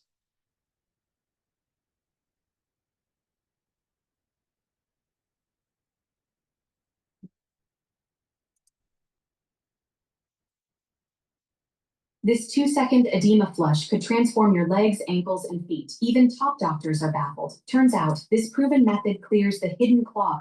Moving now to artificial intelligence and anxiety around its impact on the job market only increasing, already leading to some major shifts in our workforce. Artificial intelligence disrupting giants like management consultant McKinsey and Company at an existential level already, with the tech increasingly doing much of the work highly paid consultants used to do on an often much faster timeline. And for the younger workforce like Gen Z, the entrance of AI steering them towards very different jobs than were popular before. News Nation's Mills Hayes has more on this. And Mills, how is Gen Z reevaluating what a good career looks like? Hi, Natasha. No question that AI is affecting every industry in America. You mentioned that management consultant group, McKinsey. They wrote a study about 2 years ago that found that 30% of the things that you do at work right now could be automated in the next 3 years, which is why more young people are shifting to blue-collar jobs. AI isn't going to take over the hard skills. Okay, AI can take the soft skills. That's why you see, people in white-collar jobs, some of them are losing their positions because AI can now do their job. Cameron Vogelslang is an That's true. Until AI is integrated in humanoids. And then all jobs, no matter what it is, can be replaced by AI human. Christian in Tennessee who believes there is more to offer in blue-collar work than people think, especially with the rise of AI. But one firm found that the adoption of AI resulted in more than 10,000 lost jobs in the month of July alone. In fact, 65% of Gen Z believe their college degree will not protect them from AI-related job loss. More than half of Gen Z workers say they're now seriously considering blue-collar or skilled trade work. Vogelslang travels the country with Energize US EDU. They hope to reshape the perception of skilled trades in America. The Gen Z, while there is an opportunity and people are interested in joining the trades, there's also these stigmas that shun people away from the trades. They don't want to be unhealthy. They don't want to be overweight. But it's not just AI taking jobs. It's screening resumes and preventing people from even getting an interview. People like Derek Mobley, who was unemployed and searching for a job for 2 years. I've, tried remote jobs, in-person jobs, different industries. And if it had the Workday branding associated with it, either I would not hear back at all, or the answer was no. There was never a maybe. Mobley filed a lawsuit claiming Workday's AI-powered hiring tools discriminated against people on age, race, and mental health. What are the chances that someone will be rejected 100% of the time? That just didn't make sense to me just from a common sense perspective. Workday says Mobley's claims have no merit, but a federal judge ruled the lawsuit could go forward as a nationwide collective action focusing on discrimination in age. As for AI, it's not going anywhere. Handshake found that the use of AI in job descriptions increased by 400% in the last 2 years, Natasha. It is staggering. Mills Hayes live in studio with that tonight. Thank you. Thank you for watching. Subscribe below and download our News Nation app right now on your phone, and you will get fact-based, unbiased news for all Americans.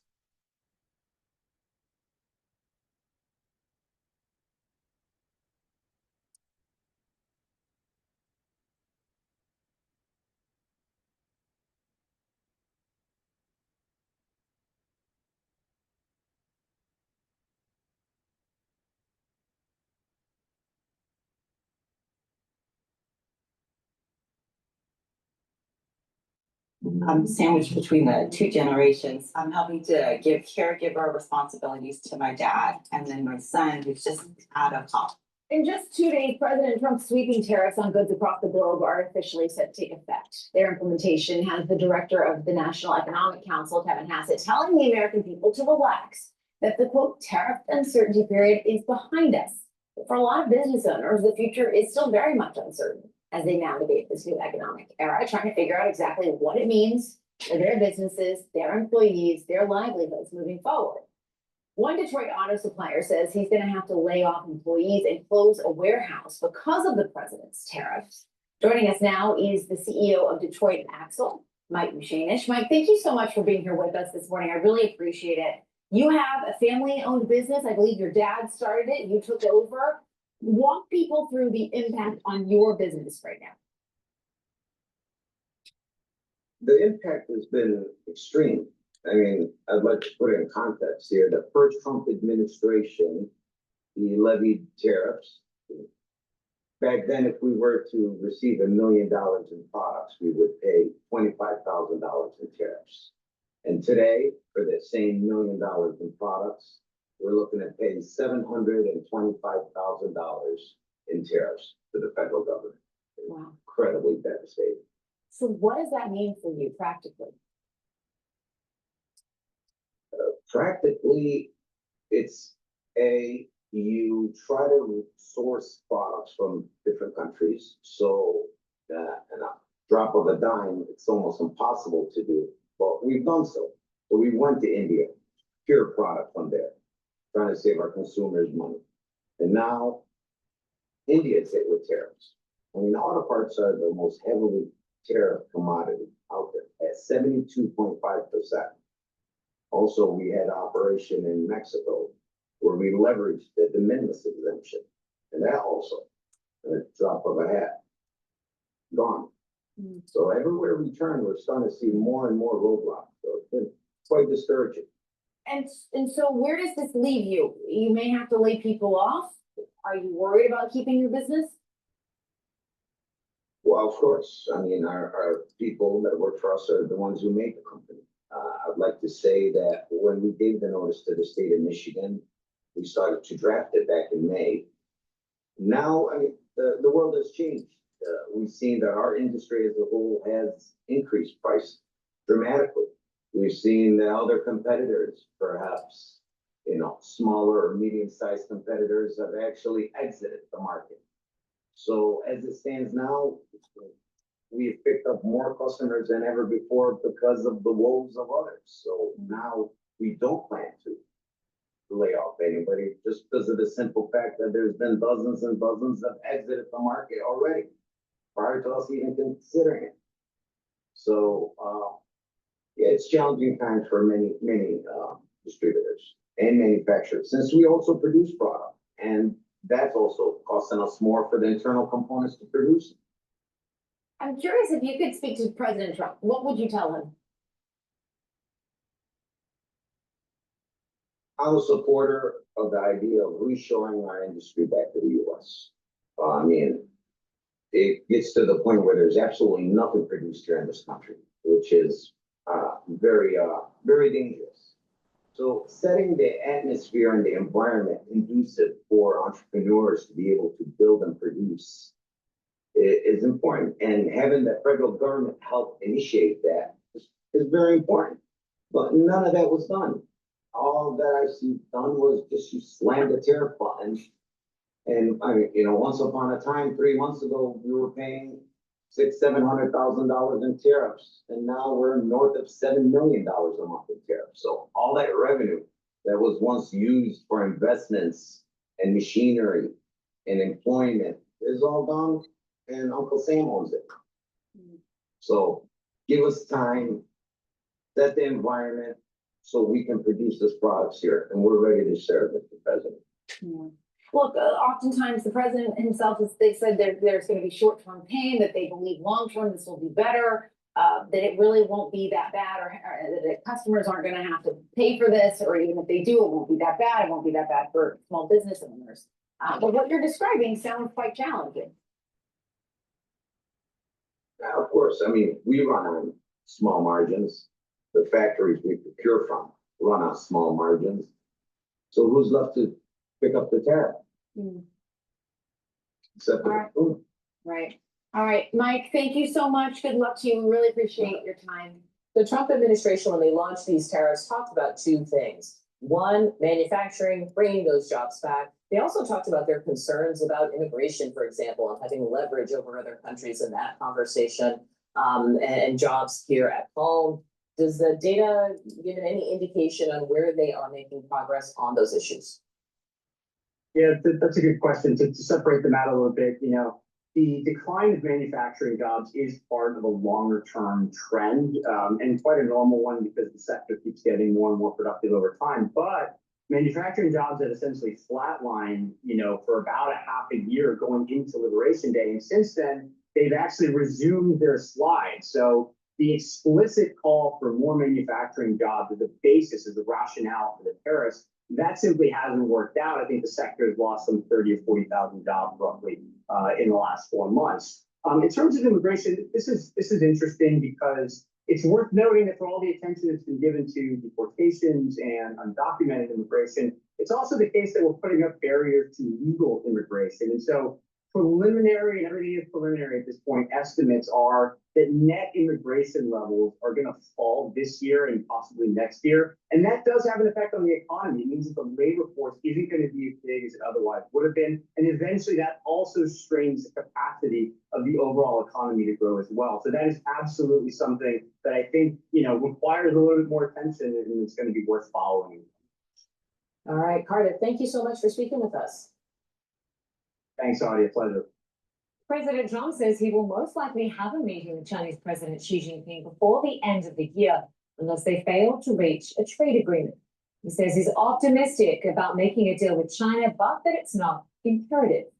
Meantime, Trump says he'll increase tariffs on India, quote, very substantially in the next 24 hours, from a timeline than he has threatened previously.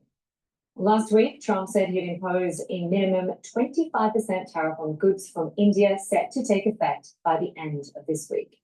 Earlier on CNBC, he voiced his displeasure with India buying Russian oil. We do very, very little business. One day, you won't have to assemble the entire creative team for every new little request. Are they all wearing hats indoors? But before that, We do very, very little business with India because their tariffs are so high. So India has not been a good trading partner because they do a lot of business with us, but we don't do business with them. So we settled on 25%, but I think I'm going to raise that very substantially over the next 24 hours because they're buying Russian oil, they're fueling the war machine. And if they're going to do that, then I'm not going to be happy. Well, it's good to see you in business and politics correspondent Vanessa Ukevich. Great to see you, Vanessa. So Trump there, of course, threatening secondary sanctions on India if it continues to buy Russian oil, but also saying that he's very close to a trade deal with China. What can you tell us? Yeah, and he says that if a trade deal is reached with China, then he will meet with the Chinese president later this year, but saying if there's no deal, that meeting is off the table, but certainly signaling that there has been progress. He says they have a good relationship with China. You know, if you remember, we are coming up on that 90-day pause expiration on August 12th. We started 90 days ago with the US and China lowering tariff rates to 30% and 10% respectively. And there was that meeting last week between US and Chinese trade representatives in Stockholm. No details in terms of inching closer to a deal. We did hear from US trade representatives who said that there's still more work to be done on rare earth minerals, making sure those are coming out of China. China controls about 95% of production, and they're used for things like computers, electric vehicles, military aircraft.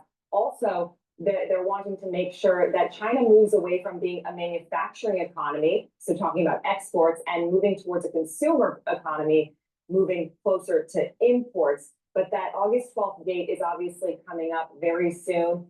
Listen, tariffs could certainly rise dramatically, but all indications are that that deadline actually may be moved yet again. So there's more time, Linda, for the two sides to work out a trade deal.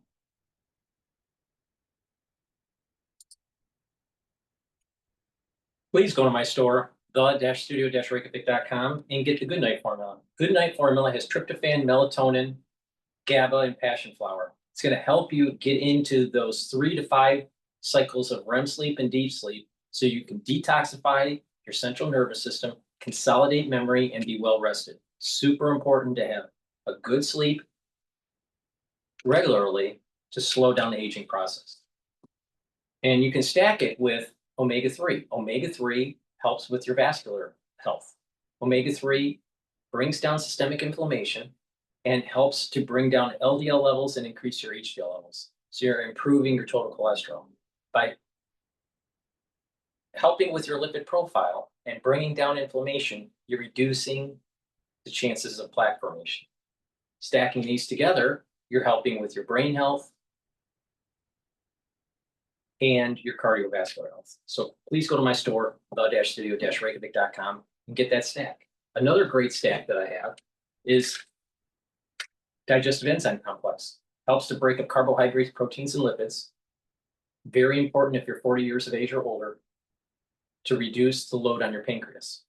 And by taking digestive enzyme complex, you're going to be able to absorb your nutrients, reduce the load on that pancreas, and have an easier digestive process so you can absorb your food. In addition, if you're an athlete and you're taking pre or post-workout fueling, taking digestive enzyme complex is going to help you to digest that fuel source. So please make sure you get the digestive enzyme complex. Very important to take. Also, if you're 40 years of age or older, Myotrol will help with the gene expression to build muscle. So when you're doing some workout, taking Myotrol, you're going to be able to express those genes to be able to produce the muscle and maintain that muscle. When you get older, you start to atrophy. To reduce that, you do resistance training and take Myotrol. Myotrol has polyphenols, lignans, and flavonoids to help with the gene expression for building muscle. Myotrol also stacks really well with Gladiator Barley and Boomer Boost that I'll talk about a little bit later. But a great stack is to take the Myotrol and the digestive enzymes. And also olive leaf extract. Olive leaf extract is dual purpose. It's going to bring down inflammation, and it's also going to help with your lipid profile. So that means that you're going to help with your immune system and your cardiovascular system. So you're helping with your cardiovascular system and your immune system. Digestive enzyme complex is helping with your pancreatic health and be able to digest better your proteins, lipids, and carbohydrates. And Myotrol helps to build muscle.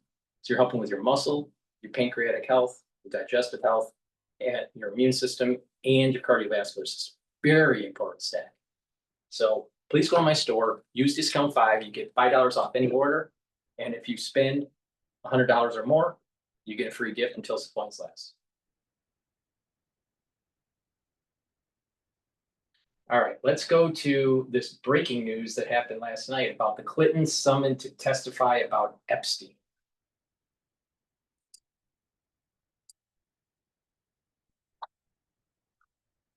Teenagers are building businesses with AI, while the only AI you know is ChatGPT. Let's be real. Most people over 40 use ChatGPT.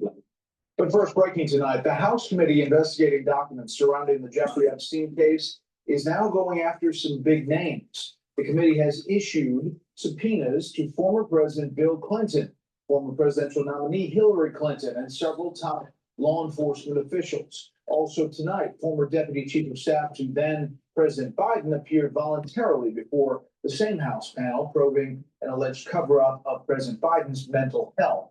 Senior national correspondent Aisha Hasni reports from Capitol Hill tonight on these two investigations. Good evening, Aisha.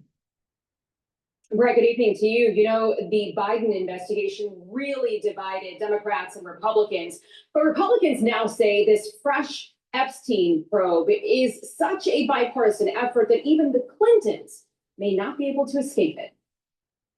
Tonight, former President Bill Clinton and former Secretary of State Hillary Clinton are facing congressional subpoenas to testify in person about Jeffrey Epstein.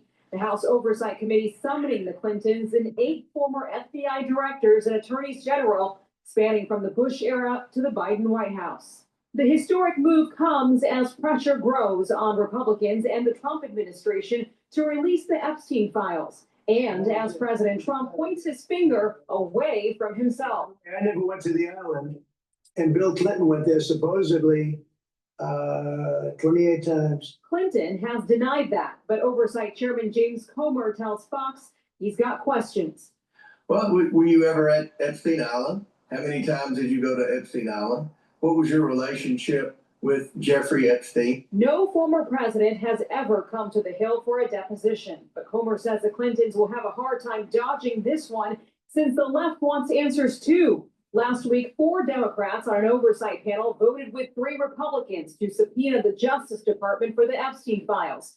Democrats are looking for one name. Donald Trump is clearly going to do everything that he can to minimize the impact to him, but yet he's involved in the cover-up, and we believe Republicans are helping in that right now. That investigation gets underway as another pushes ahead. Mr. Reed, did you think that the president was competent to serve? Former Biden Deputy Chief of Staff for Policy Bruce Reed sitting in for his closed-door interview today over the alleged cover-up of President Biden's decline.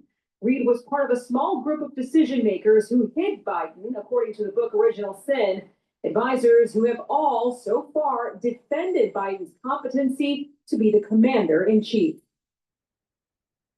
And Brett, tonight, a source familiar with Reed's deposition tells us that he basically defended the former president, blamed his poor debate performance on his stutter, and said the White House physician, Dr. Kevin O'Connor, who pled the fifth during his deposition, basically dismissed any cognitive tests as merely meaningless. The next person that is set to appear before the committee is Senior Communications Advisor Anita Dunn this Thursday. Right. Actually, back on the Epstein case, Jeffrey Epstein's longtime associate Ghislaine Maxwell tried to stop the DOJ from releasing the grand jury transcripts in her case.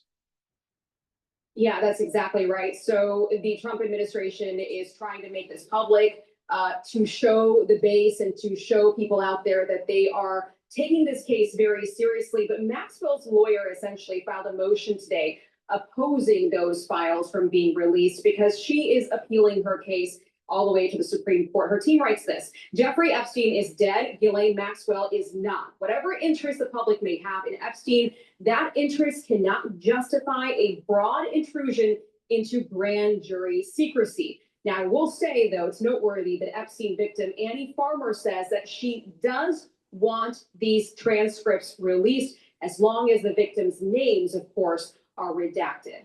Brett? Aisha Hasney live on Capitol Hill. Aisha, thank you. Hey, Sean Hannity here. Hey, click here to subscribe.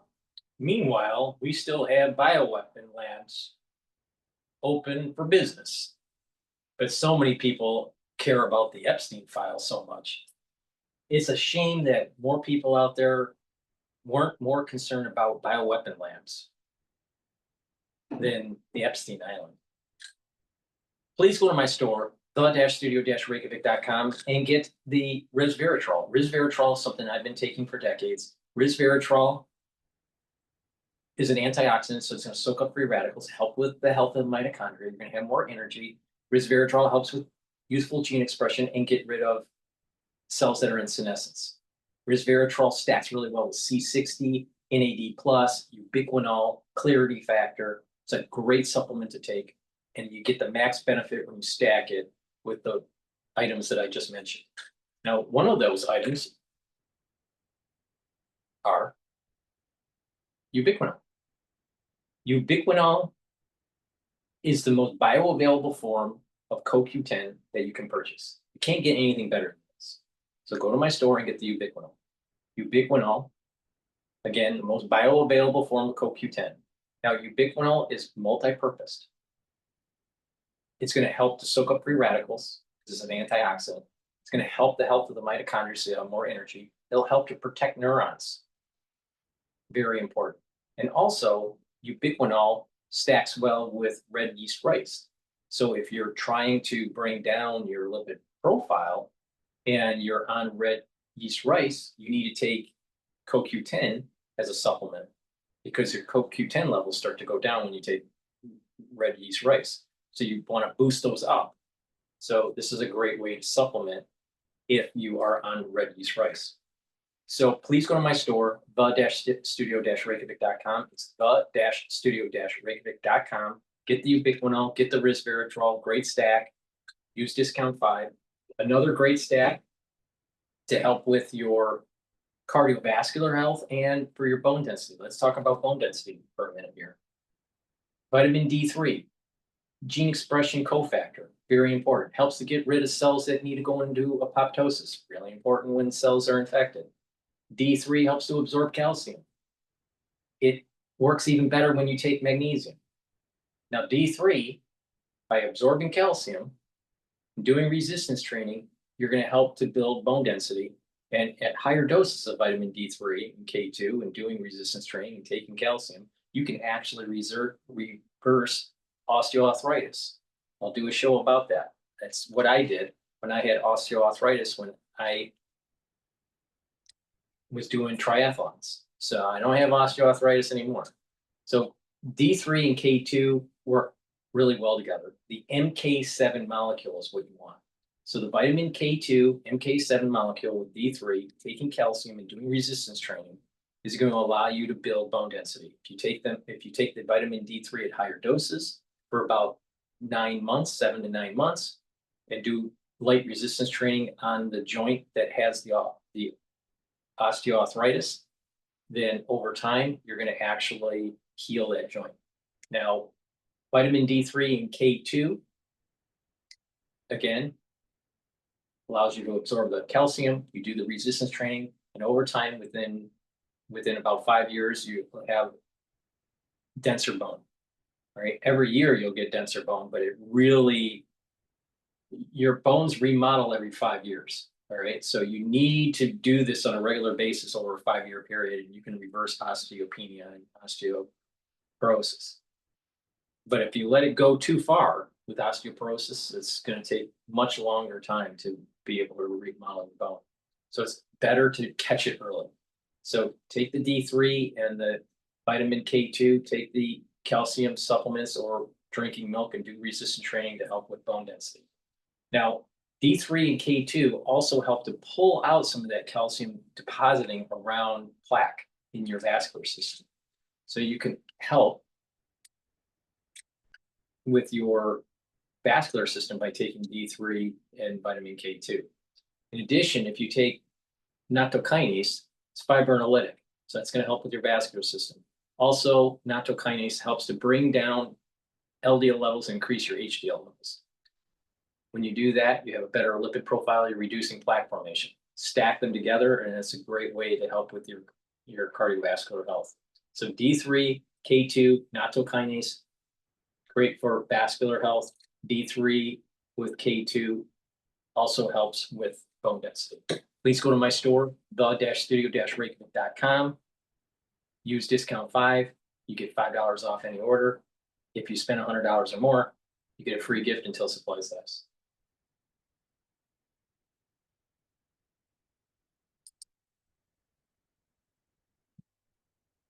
At Sprint, we print all the signs that help your small business stand out. We print tabletops that get your brand seen up close, and retractable banners that stop everyone in it. It's day 198. Okay, so this is MSNBC talking about the Epstein fiasco. Now, again, remember, America needs to know this, even though America didn't do anything about the bioweapon labs. They're still functioning, but everyone's titillated about the Epstein files. I think people need to get their important subject matters in order. You need to focus on the right stuff. This Epstein stuff is bullshit. But I'm going to play it anyways because guess what? Everyone wants to know, but no one wants to do anything about the bioweapon labs. In Trump administration, and this evening there is a lot happening in the story of Jeffrey Epstein, Ghislaine Maxwell, and Donald Trump's White House. The Department of Justice is considering releasing the audio transcript or both of the Deputy Attorney General Todd Blanche's interview with Maxwell. That is according to an official familiar with the matter.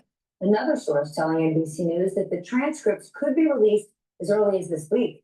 Well, today the president was asked about that very interview and Maxwell's controversial transfer last week to a minimum security prison camp down in Texas, and watch his response. were you aware of and did you personally approve the prison transfer for Ghislaine Maxwell that your Justice Department? I didn't know about it at all. No, I read about it just like you did. And do you believe that she It's is? not a very uncommon thing. Do you believe that she's credible to be listening to? Your Deputy Attorney General sat down with her recently. Well, let me tell you, he's a very talented man. His name is Todd Bland. She's a very legitimate person. I didn't discuss it with him, but anything he talked about with her or the fact that he did that, not unusual, number one, and most importantly is something that would be totally above board. Meanwhile, the Department of Justice wants 5 days of grand jury testimony in the Epstein and Maxwell cases released. Right now, the government is still considering whether they will press for more to be unsealed. Well, victims of Epstein and Maxwell are now weighing in. One of them blasted the government for their plan to unseal testimony, calling it political warfare. But today, another victim, Annie Farmer, filed a letter with the court saying, quote, unsealing the grand jury transcripts is not just appropriate, it is necessary to understand the full scope of the abuse and those who enabled it. Ghislaine Maxwell opposes the move. Her lawyers say it would hurt her legal rights. The Epstein estate says it takes no position on the issue. And today, the House Oversight Committee issued a string of subpoenas in the case, demanding that the DOJ turn over the full unredacted Epstein files by August 19th. The committee also wants testimony from the Clintons, several former attorneys general, and 2 former FBI directors. But here's what's interesting. One person who was not subpoenaed, Alex Acosta. Do you remember that name? He was the U.S. attorney who signed off on the original Epstein deal. Acosta was serving as Trump's labor secretary when Epstein was charged again in 2019, which of course led him to resign. Remember that? All right, But let's just keep this in focus here. And what's important, closing down bioweapon labs, it's not important. Epstein files are important. This is the problem that I have with the truthers out there. Get titillated on bullshit. Get focused on the wrong ball. And that's exactly what happened in 2020, in 2021, in 2022, in 2023, 2024, and 2025. I'm coming to the conclusion that these truthers, you can't focus on what's really important. Do you think Epstein really matters? Do you think that this bullshit with Maxwell really matters? Or do you think that bioweapon labs that are still functioning are more important? So why don't you spend the time to shut down the fucking labs instead of spending so much time on Epstein files? But guess what? We're going to continue on because Americans cannot focus on the important stuff. They need to be titillated. With the help of our lead-up panel tonight, John Allen's here, senior national politics reporter for NBC News, Daniela Diaz, congressional reporter for Notice, and Jeff Mason, White House correspondent for Reuters. Mr. Allen, let's start with you and what the president said, that he did not talk. Mr. Allen, does this implicate Trump in the Epstein files and blah, blah, blah, blah, blah? Why don't you go, Mr. Allen, what do you do to shut down the fucking bioweapon labs that actually erode our constitutional freedoms and our health? No, this is more important, but let's continue because America needs to know this horseshit. To Todd Blanche about the Maxwell interview, but he knows it was all above board. Both things cannot be true. He also defended the prison transfer. What is your take on what we heard? And by the way, this whole idea, maybe we're going to get to hear the Blanche interview with Ghislaine Maxwell. The interview might not be the only conversation they had. The interview, what they could release, could be a portion of what they want us to hear. There's a big conspiracy. Now there's a big conspiracy out there. We need to know this. This is MSNBC. This is America. We need to know this. Really? Believe me, there are much more bigger things and bigger fish to fry than this that directly affect your life. How's Matt? Let's view it this way. The COVID era affected your health and your wealth directly. how is the Epstein episode throughout the ages really affecting you? Really? How? Why do you listen to people that are following this horse shit? I'm playing this to show you on how idiotic it is. It's not important. There are a lot of YouTubers focusing on stuff that's just not important. And unfortunately, not enough YouTubers focusing on what is important. But let's continue, because this is really, really something that America needs to know. But I still have a hard time understanding, with all my education, I'm having a hard time understanding how this affects your life. We don't know until we see what it is that Todd Blanche and Ghislaine Maxwell talked about. We have not seen any of it yet. You mentioned the president talking about it all being above board and not having talked to Todd Blanche about it. It's curious to me, as it is to you, that he would be able to know both of those things. But I do know that this president describes all of his actions as above board, no matter what they are. This is a president who understands that there's some value in showing, demonstrating, or at least claiming that there is arm's length distance between himself and the Justice Department. Just because Donald Trump didn't talk to Todd Blanche doesn't mean that nobody at the White House talked to Todd Blanche, and it doesn't mean that Todd Blanche doesn't know exactly what it is that he's supposed to do when he goes to talk to Ghislaine Maxwell. So, I mean, I think we're going to wait and see here on what gets released and what doesn't and when it does. But all of it is a distraction from a couple of very important things. The young girls who are hurt. Stress keeping you up? Introducing Lemon Balm by Vimergy. This fast-absorbing concentrate works at the cellular level, so you stay calm. Vimergy, we can save ourselves. Guess which student has a better chance of getting into an Ivy League school? First, take a look at Zach. He's valedictorian, National Merit Scholar, and he's president of the debate team. He's got a 4.4 weighted GPA and a near perfect score on the SAT. Most people would think if anyone could get into an Ivy League school, it'd be Zach. And on the other hand, take a look at Sarah. She doesn't have the best GPA or test scores, but she has things that Zach doesn't. She picked the right AP classes and summer programs, which got her a letter of recommendation from a nationally recognized scientist. Right. The young girls who are hurt. That was the better play. The second student was the better play for the Ivy League. Okay, but the point here is that Trump defends Maxwell's prison transfer. It's almost as if the stupid media, the stupid mainstream media, wants to turn this whole thing into some sort of Watergate, Epstein Gate, try to take down Trump.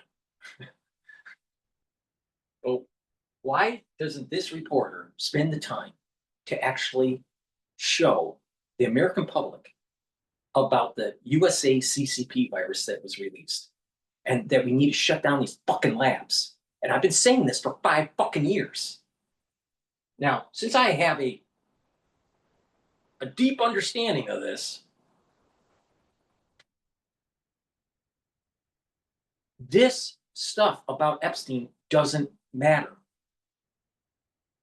What is going on behind the scenes with the Department of Defense is. Now, I'm as American as apple pie, all right? And I'm all about, God, country, and family, all right? But what I'm against is a rogue national security state doing things that they shouldn't be doing. And we need people out there that are smart, that are focused, to shut down these fucking labs instead of paying attention and doing podcasts and having Substacks about Epstein files that don't fucking matter.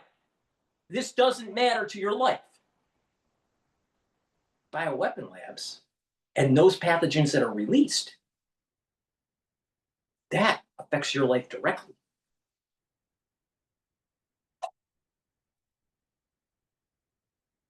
for the Epstein files that the Justice Department has that still have not been released, despite months and months and months of administration claims that they would release things. Jeff, the president didn't dare, but has the White House or anyone in this administration given a real response to why exactly Ghislaine Maxwell, a convicted sex trafficker, was moved from the prison she was in Florida to a much lesser, lighter prison camp over in Texas? No. And that one, maybe to give her better, a better environment because of the deal that she's making behind the scenes, or it opens up the opportunity that maybe they Epsteiner. Who knows? But what's more important is supporting people that are actually telling you how to improve your health and what the real deal is on what's going behind the scenes by the DOJ, not the DOJ, the DOD, the Department of Defense, running rogue with this whole national security state. That's more important. Why do you support people that are just talking bullshit that doesn't matter? Maybe what they're saying is true, maybe it's not. But does it really affect your life? Focus on stuff that affects your life. It's like the 80-20 rule. 80-20 rule, all right? You don't focus on the 20%, you focus on the 80%. And then after you're done with that, then you focus on another 80%. And eventually you solve this problem, or you get stuff done. 80-20 rule. What's important? What is important? Is this really important? Absolutely. And for your life, absolutely not. Unless you're on the list. But everyone wants to focus on stupid shit and not get and have an excuse for not solving problems, not solving the big stuff, not solving the 80%. They want to focus on the 20%. So stop supporting these clowns that are doing YouTube shows on stuff that's not that important. Following people regularly about Epstein is a waste of your fucking time. And you have an X amount of time in your life. Let's just do a simple calculation. Let's go on the iPhone and do a simple calculation. Let's say you live to 80 years. And how many days in a year? 365. How many hours in a day? 24. How many minutes in an hour? 60. How many seconds in a minute? 60. All right. So you have approximately 2.5 billion seconds to live.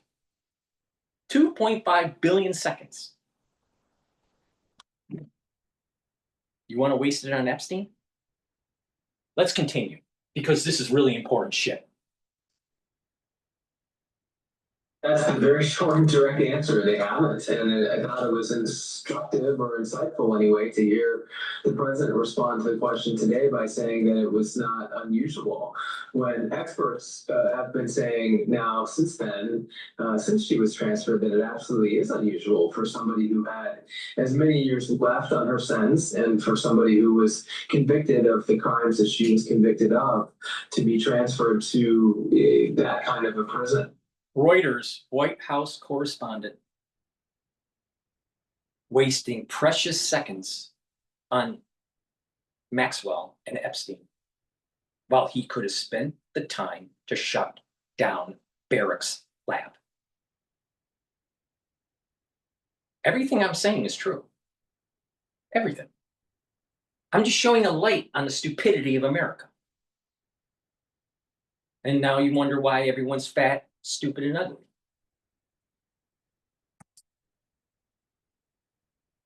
But the prison system has not answered, and the White House has not suggested, hasn't given any background or reasoning for it either. Certainly, again, also interesting that it's on the president's radar, and this is coming at a time when the conspiracy theories around Epstein and around Ghislaine Maxwell have certainly not dropped. And the fact that she was transferred shortly after having the meeting that she did with the president's deputy attorney general has only led to additional questions and I think probably theories that this was some kind of a signal or a trade-off. I don't have any evidence to prove that, but the White House and the administration has not done anything to explain the other, whatever alternative reasoning there would be for that transfer. Well, how about these new subpoenas, Daniela? What are you hearing from folks on the Hill? We've got all sorts of people in former administrations and the FBI who they want to hear from, but not Alex Acosta, the person who was directly involved in that first, what many call sweetheart deal that Jeffrey Epstein got down in Florida. That was Alex's doing, and nobody's looking to have a conversation with him. Stephanie, it's very clear. I started my first business in the basement of a factory over 30 years ago. We had no heat, no air conditioning. Instead of customers, our office visitors were wrapped. Stephanie, it's very clear that these subpoenas from the House Oversight Committee, especially the ones done for Republicans, which are the ones that you talked about, for former President Bill Clinton, his wife Hillary Clinton, of course, former U.S. Attorneys General James Comey, those were very political in their nature and very pointed from Republicans on the committee in an effort to fight back against Democrats who actually were the first ones to subpoena and win because they have Republican support. There's an active shooting situation at Fort Stewart in Georgia. U.S. Army base is currently locked down. This just happened 7 minutes ago. But we're going to continue on Epstein because Epstein's so important. Pressure as well on this. You're hearing members of Congress talking about this at town halls. Mike Flood was flooded, excuse my word there, by constituents on this issue. Not only that, but of course all the other things that Republicans are doing in Congress right now, like cutting Medicaid, et cetera, with that big beautiful bill. But the pressure is mounting. We're going to shut this clown off and we're going to go to live now with this active shooting. Have been reported and the situation is ongoing. They are asking folks to follow their platforms for more information. We also have a statement from Governor Kemp saying, as we remain in close contact with law enforcement on the ground, Marty, the girls, and I are saddened by today's tragedy at Fort Stewart. We are keeping the victims, their families, and all those who answer the call to serve in our hearts and prayers. And we ask that Georgians everywhere do the same. We are working to gather additional details. As you can imagine, this is an extremely fluid situation. We are working to get more details in terms of how this all unfolded, as well as the injured and the casualties. As soon as we do receive more information, we're going to pass it along to you right here on Live Now from Fox. In the meantime, we are going to be taking a break.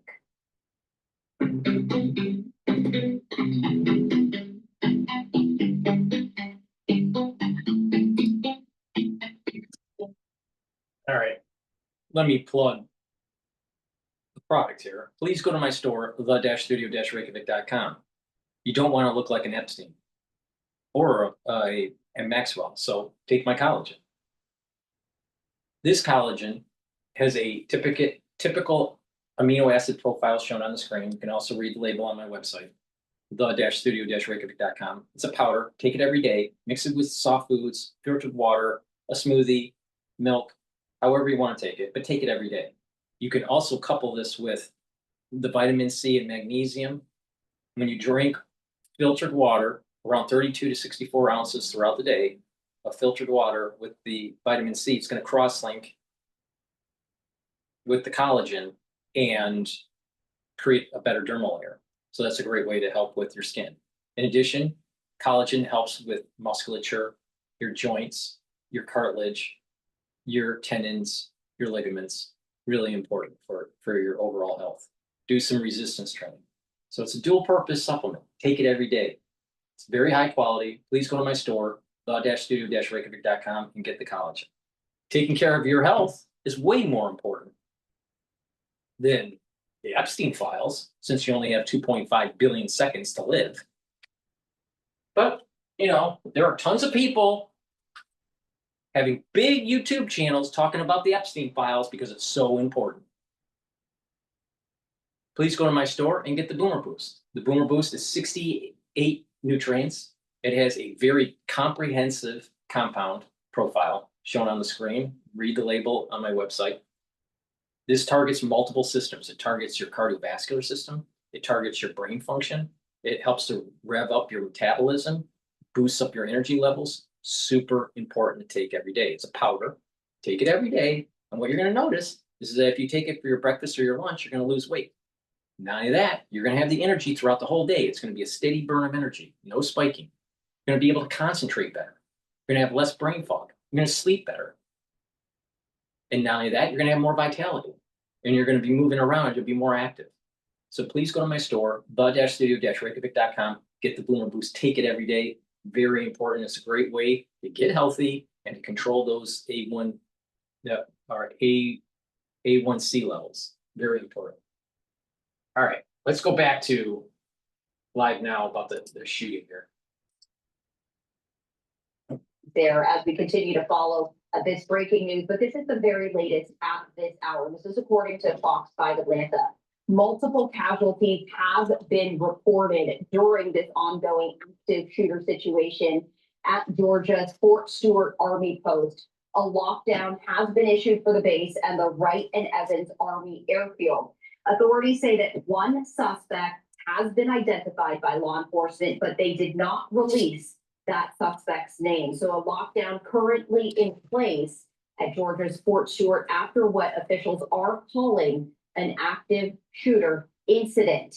They issued this statement as well on their Facebook page saying, lock down your facility immediately, stay inside, close and lock all windows and doors, keep telephone lines open, and report accountability to your leadership. That is what Army officials wrote on the Fort Stewart Hunter Army Airfield Facebook page. Army officials have confirmed the lockdown, and the Lieutenant Colonel Angel Ponko telling the Associated Press, quote, "We are currently assessing the situation."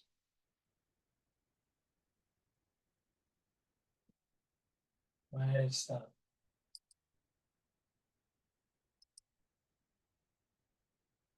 Identified by law enforcement, but that person's name not released. At this point in time, law enforcement officers remain on the scene, and the gates into the Army post are currently closed because of that lockdown.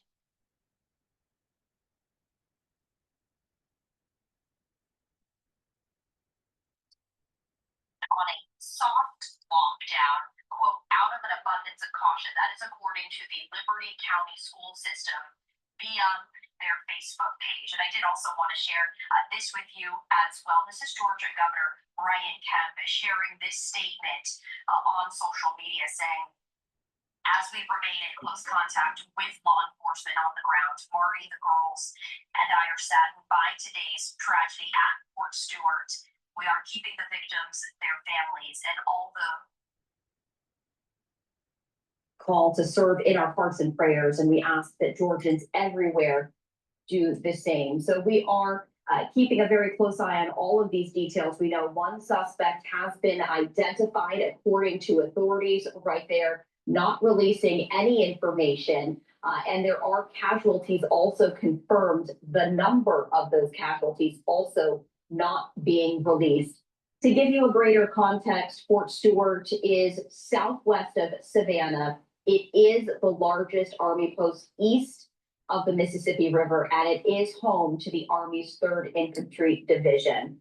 We're continuing to receive updates and pass them along to you as this continues to be a very fluid breaking news situation. We do not have a live look near this scene, but as soon as we do, we of course will share that with you. And we are continuing to look at all of the responses and the comments and statements issued by law enforcement, by the various agencies involved, as this continues to be a very active situation. We are going to continue to monitor and bring you all of those updates as there is currently an active shooter incident at Fort Stewart in Georgia right there. We also have this is from Reuters right here, saying casualties are reported in an active shooter incident at the Fort Stewart U.S. Army installation in the state of Georgia. So we do have some information to pass along to you. We know that there is an active shooter incident at the Fort Stewart U.S. Army installation. This is in Georgia.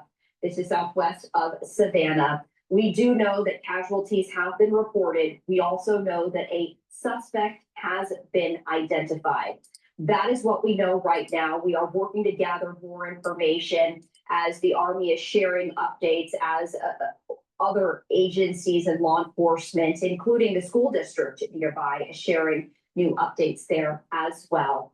And Representative Carter from Georgia also saying, I am monitoring the situation. Well, it's glad that he's monitoring it because that's his job. Please go to my store, the-studio-reykjavik.com, and get the barley. I have heirloom barley and gladiator barley. Now, heirloom barley will detoxify your body, bring down inflammation, and help to soak up free radicals through superoxide dismutase. It's a powder. It's a high-density protein. You take it every day and mix it with soft foods, filtered water, milk, or a smoothie.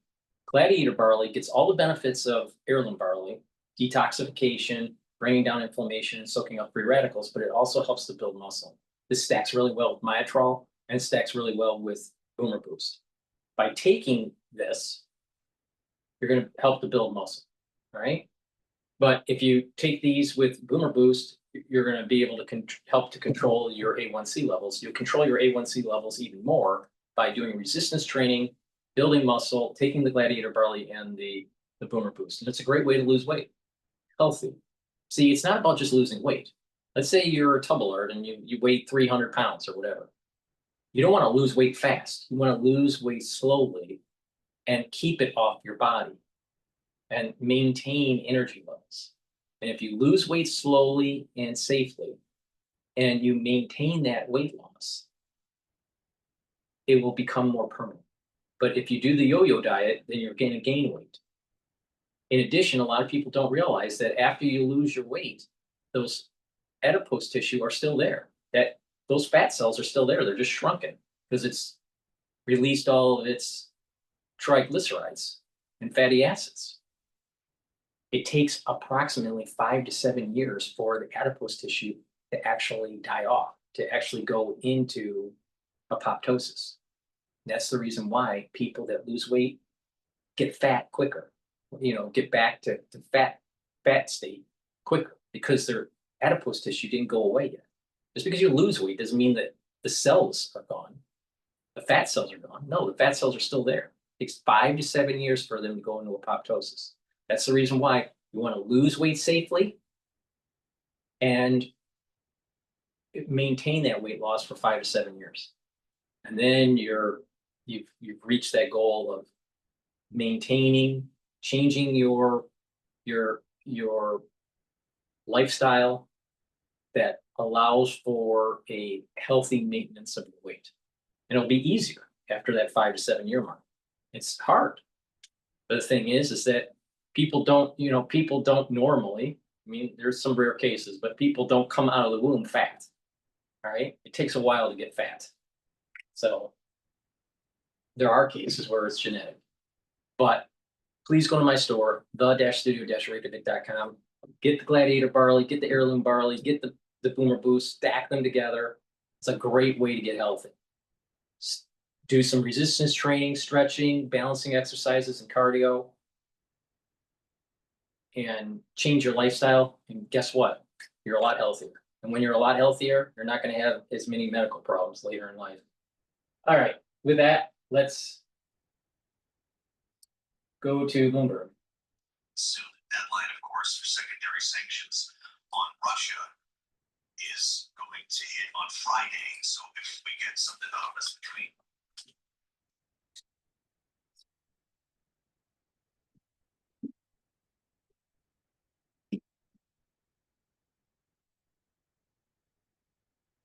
I'm having audio problems.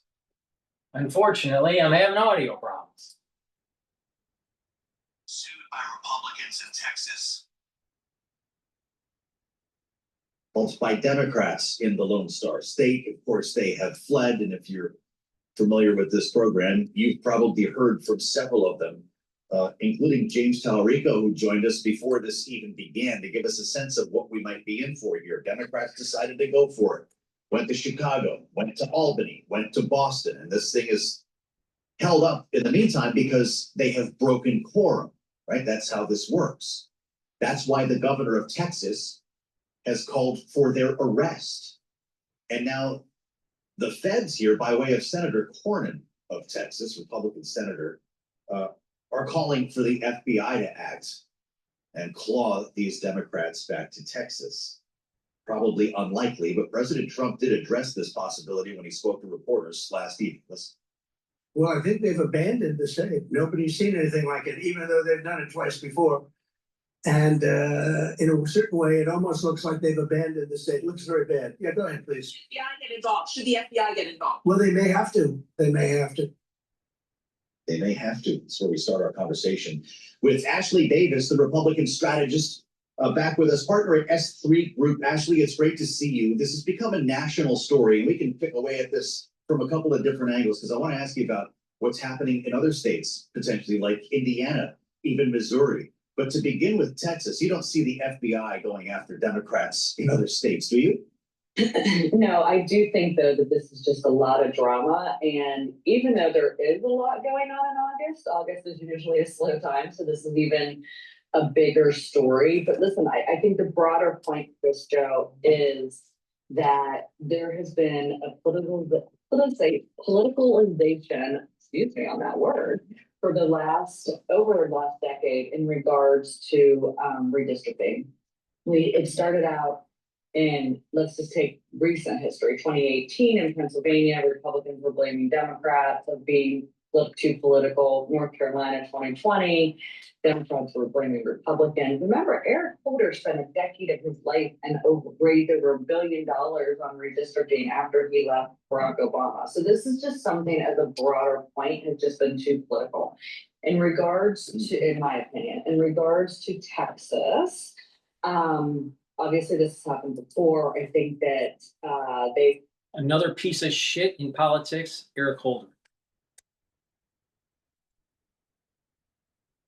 Governor that has a lot of power. This is really their only way that they can fight back, and it's by using this mechanism. But Joe, I think this ends because of one major reason. It's not just redistricting that they're not voting on.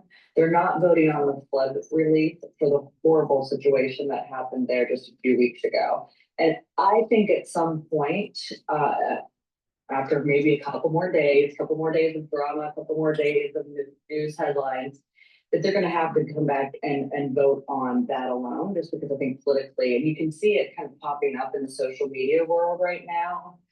They're starting to get a little bit of blowback because of the flood relief. Although I suppose Governor Abbott could isolate this special session to flood relief and get to redistricting at another time, but of course Democrats will probably just leave it anyway. At some point they're going to have to get to this, and we've seen this happen before. But I want to ask you about other states. Everyone jumps to California and what the Democrats might do here, what Gavin Newsom might have up his sleeve. But Republicans aren't stopping in Texas here, it seems. The White House is pushing this idea on other states, including Indiana, to the extent that J.D. Vance is heading to Indianapolis to sit down with Governor Mike Braun to talk about this idea. And granted, he is there for a fundraiser for the Republican National Committee, but to what extent will Republican governors embrace this around the country? Well, it depends not just what the governors do, but also just how much control the state legislatures or a special commission on redistricting would have in every state. So it really does depend on state by state how it can happen. Texas is just a little bit different because of the power that the governor and the legislature has on the topic. But yes, Indiana, Missouri, two states Republicans are looking at. Democrats, obviously, you've heard it, Newsom, and also in California, New York, Illinois, Minnesota, I think is another one that I'm hearing. So listen, all gloves are off, but it's not going to be as easy in these other states as it is in Texas. And you saw what happened even today with Governor Braun saying, or maybe it was actually yesterday, where he said, listen, I'm gonna have a conversation, I don't know what can happen. Because he doesn't have a super majority, so it's a little bit different. Yeah, absolutely. Each state has its own kind of fingerprint when it comes to this story. Actually, I want to ask you while you're with us about what's happening on Capitol Hill, or what's about to happen, maybe what's not about to happen, because you're so connected to lawmakers and their staff on the Hill. We had a bit of a breakdown between Democrats and Republicans over nominations last weekend. Everybody left town angry. There was no deal between Schumer and Thune on this, and it's leading many to believe that a government shutdown will be even more likely when lawmakers return after the August recess. Is that how you see it? I feel that every year I hear there's gonna be a shutdown, and usually 95% of the time it doesn't happen, so, but there is, I'm not ready to say that for sure, that we're gonna have a shutdown, and I'm definitely not, I think we're like 50% maybe. And what I'm seeing though is just really, really bad blood in regards to Democrats and Republicans right now because of the rescission package, because of reconciliation. And by the way, this happens every time. The Republicans and Democrats were fighting when Biden did his big two reconciliation bills when he was in, when the Democrats had control. So this is very normal. I'm not real worked up about it right now, but I do think there's a broader issue. And the broader issue is what Senator Rounds has actually been talking about yesterday and today, and we have way too many people that have to get Senate confirmed. I believe in the institution of the Senate 100%. I think it's fantastic tradition. However, no matter what party it is, you spend so much time trying to get some of these positions through the House, through the Senate floor, and because of the rules of the Senate, as you know, Joe, it just takes a long time. And when you have 1,100 positions that need confirmed, it probably is not necessary. So let's walk through this just very quick. We have the Supreme Court justices, we have major judges, we have cabinet secretaries, maybe even the deputy secretary, and even I would go and give it to the general counsel of each agency. But I'm not sure if the assistant secretary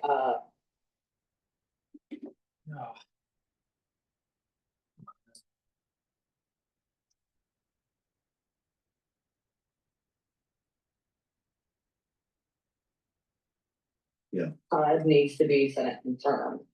Or here's a perfect example, Joe. Last Trump administration, I was put up for a board appointment for the National Endowment of the Arts. It was a Senate confirmed position. There is no reason that position needs to be confirmed and take up Senate floor time. So that's what I'm saying. I think we could do. Well, it sounds like some procedures or maybe rules are going to be changing here. Maybe the way that they're even passed in the Senate. Ashley, it's great to have you as always. Ashley Davis, S3 Group Republican strategist, who we learn a lot from on and off the air. One of the more interesting stories of the day is not from Washington at all, but from the corporate world. McDonald's helping to fill in the blanks here when it comes to anecdotal evidence over what's happening in the economy. Look no further than the headline. McDonald's says economic stress is sapping breakfast meal sales. Wanted to talk about this with Michael Hanlon for just a moment. Senior restaurant food service analyst, Bloomberg Intelligence. Michael, you got one of the best beats in the building here. I thought about getting an Egg McMuffin on my way this morning. I didn't, so I guess I'm part of the problem here. How do we read into the language from McDonald's about what's happening in the broader economy? Yeah, well, I'm more of a sausage McMuffin guy personally, but I'm with you. Yeah, they mentioned that the low income consumer traffic was down double digits. What I like about McDonald's is they weren't using it as an excuse. They were using it to help guide their marketing programs and their new item launches for the year. But yeah, low-income consumers continue to be strapped. That's a big part of the reason why quick service restaurants have underperformed full service restaurants this year. Inflation is cumulative, right? And so real incomes are negative for low-income consumers, and they continue to suffer. But McDonald's is working hard to try to bring back some of those low-income consumers. They make up about a third of their transactions, right? So in January, they launched a new McValue meal, $5 meal deals. It also has a buy one, add one for $1. And a big part of that is also gonna be snack wraps. Snack wraps are coming in at a $3 price point. And so, it's a beloved item coming back to the menu, but it's also one that low-income consumers can easily afford. And then at the same time, higher income consumers can add them to their checks. I've only got a minute, Michael. I need to do a deep dive with you when we can clear out some time here on a number of questions that I have. But McDonald's stock's doing great today. It's up $8, almost 3%. Is that because of expectations or because if the economy slows, McDonald's benefits? Our view isn't that the economy slows. Listen, man, restaurants are the canary in the coal mine. They had their recession last year. Restaurant sales, we expect to continue to be better than last year. We think second half can be better than the first half. McDonald's is up because it's outperforming its peers. Right now, it's a stock pickers market. Some chains are taking shares, some are not. McDonald's is clearly one that took share in the second quarter. And I know it's been distressed to some extent going into the earnings. Michael, come back and let's walk through all of the different levels of the restaurant industry. We'll go from high end down to fast food and see what that tells us about the economy. I like your style and I want to have you back. Nobody calls me man around here other than Michael. Alan, sorry. Michael Halen, Bloomberg Intelligence. Please go to my store, the-studio-reykjavik.com, and get the C60. C60 is an antioxidant. It's very potent. You can get it in MCT coconut oil, extra virgin olive oil, or in avocado oil. C60 is a carbon molecule that needs to be suspended in a lipid, in an oil, for you to properly absorb it. Take it on an empty stomach. Take a teaspoon a day. If you work out, take it before your workout, and you'll be able to recover quicker. But what it does is it's going to soak up free radicals at the cellular level and at the vascular level. And when it does that, it's going to help reduce the stress in the cell and in your tissues. It's going to help with the mitochondrial health. You're going to have more energy. And your tissues and organ systems are going to perform better. Your immune system is going to perform better. Your endocrine system is going to perform better. Your neurons will perform better. And at the vascular level, by soaking up those free radicals, you're reducing the chances of oxidized LDL. And when you do that, you're reducing the chances of plaque formation. So that's going to help with cardiovascular health. So taking C60 every day, teaspoon a day, is very important as part of an anti-aging protocol, and you're going to get healthy. And what you're going to start noticing within a year is that you literally look younger. All right. So please go to my store, the-studio-reykjavik.com. Take the C60. It stacks really well with resveratrol, ubiquinol, NAD+, clarity factor. There's lots of ways to stack this to build your own protocol. But a great protocol to consider is taking the Cleanse Max 35 or Max 14 as your first pillar to boost up that immune system. C60 to soak up those free radicals. Turmeric, ashwagandha, and lignans to boost up your immune system and help with your cardiovascular health. And Boomer Boost to rev up your metabolism and your energy levels. It's a great way to get healthy. So get the C60. You can get it in a 2 ounce, a 4 ounce, or an 8 ounce configuration. It is cheaper per ounce at the higher ounce configuration. Please go to my store, the-studio-reykjavik.com. Use discount 5 and get $5 off any order. Spend $100 or more and you get a free gift. So thank you for listening. That's the end of the transmission. I wish you a good day. Please go to my store, get the great products that I offer, and get healthy. Thank you for listening and have a nice day.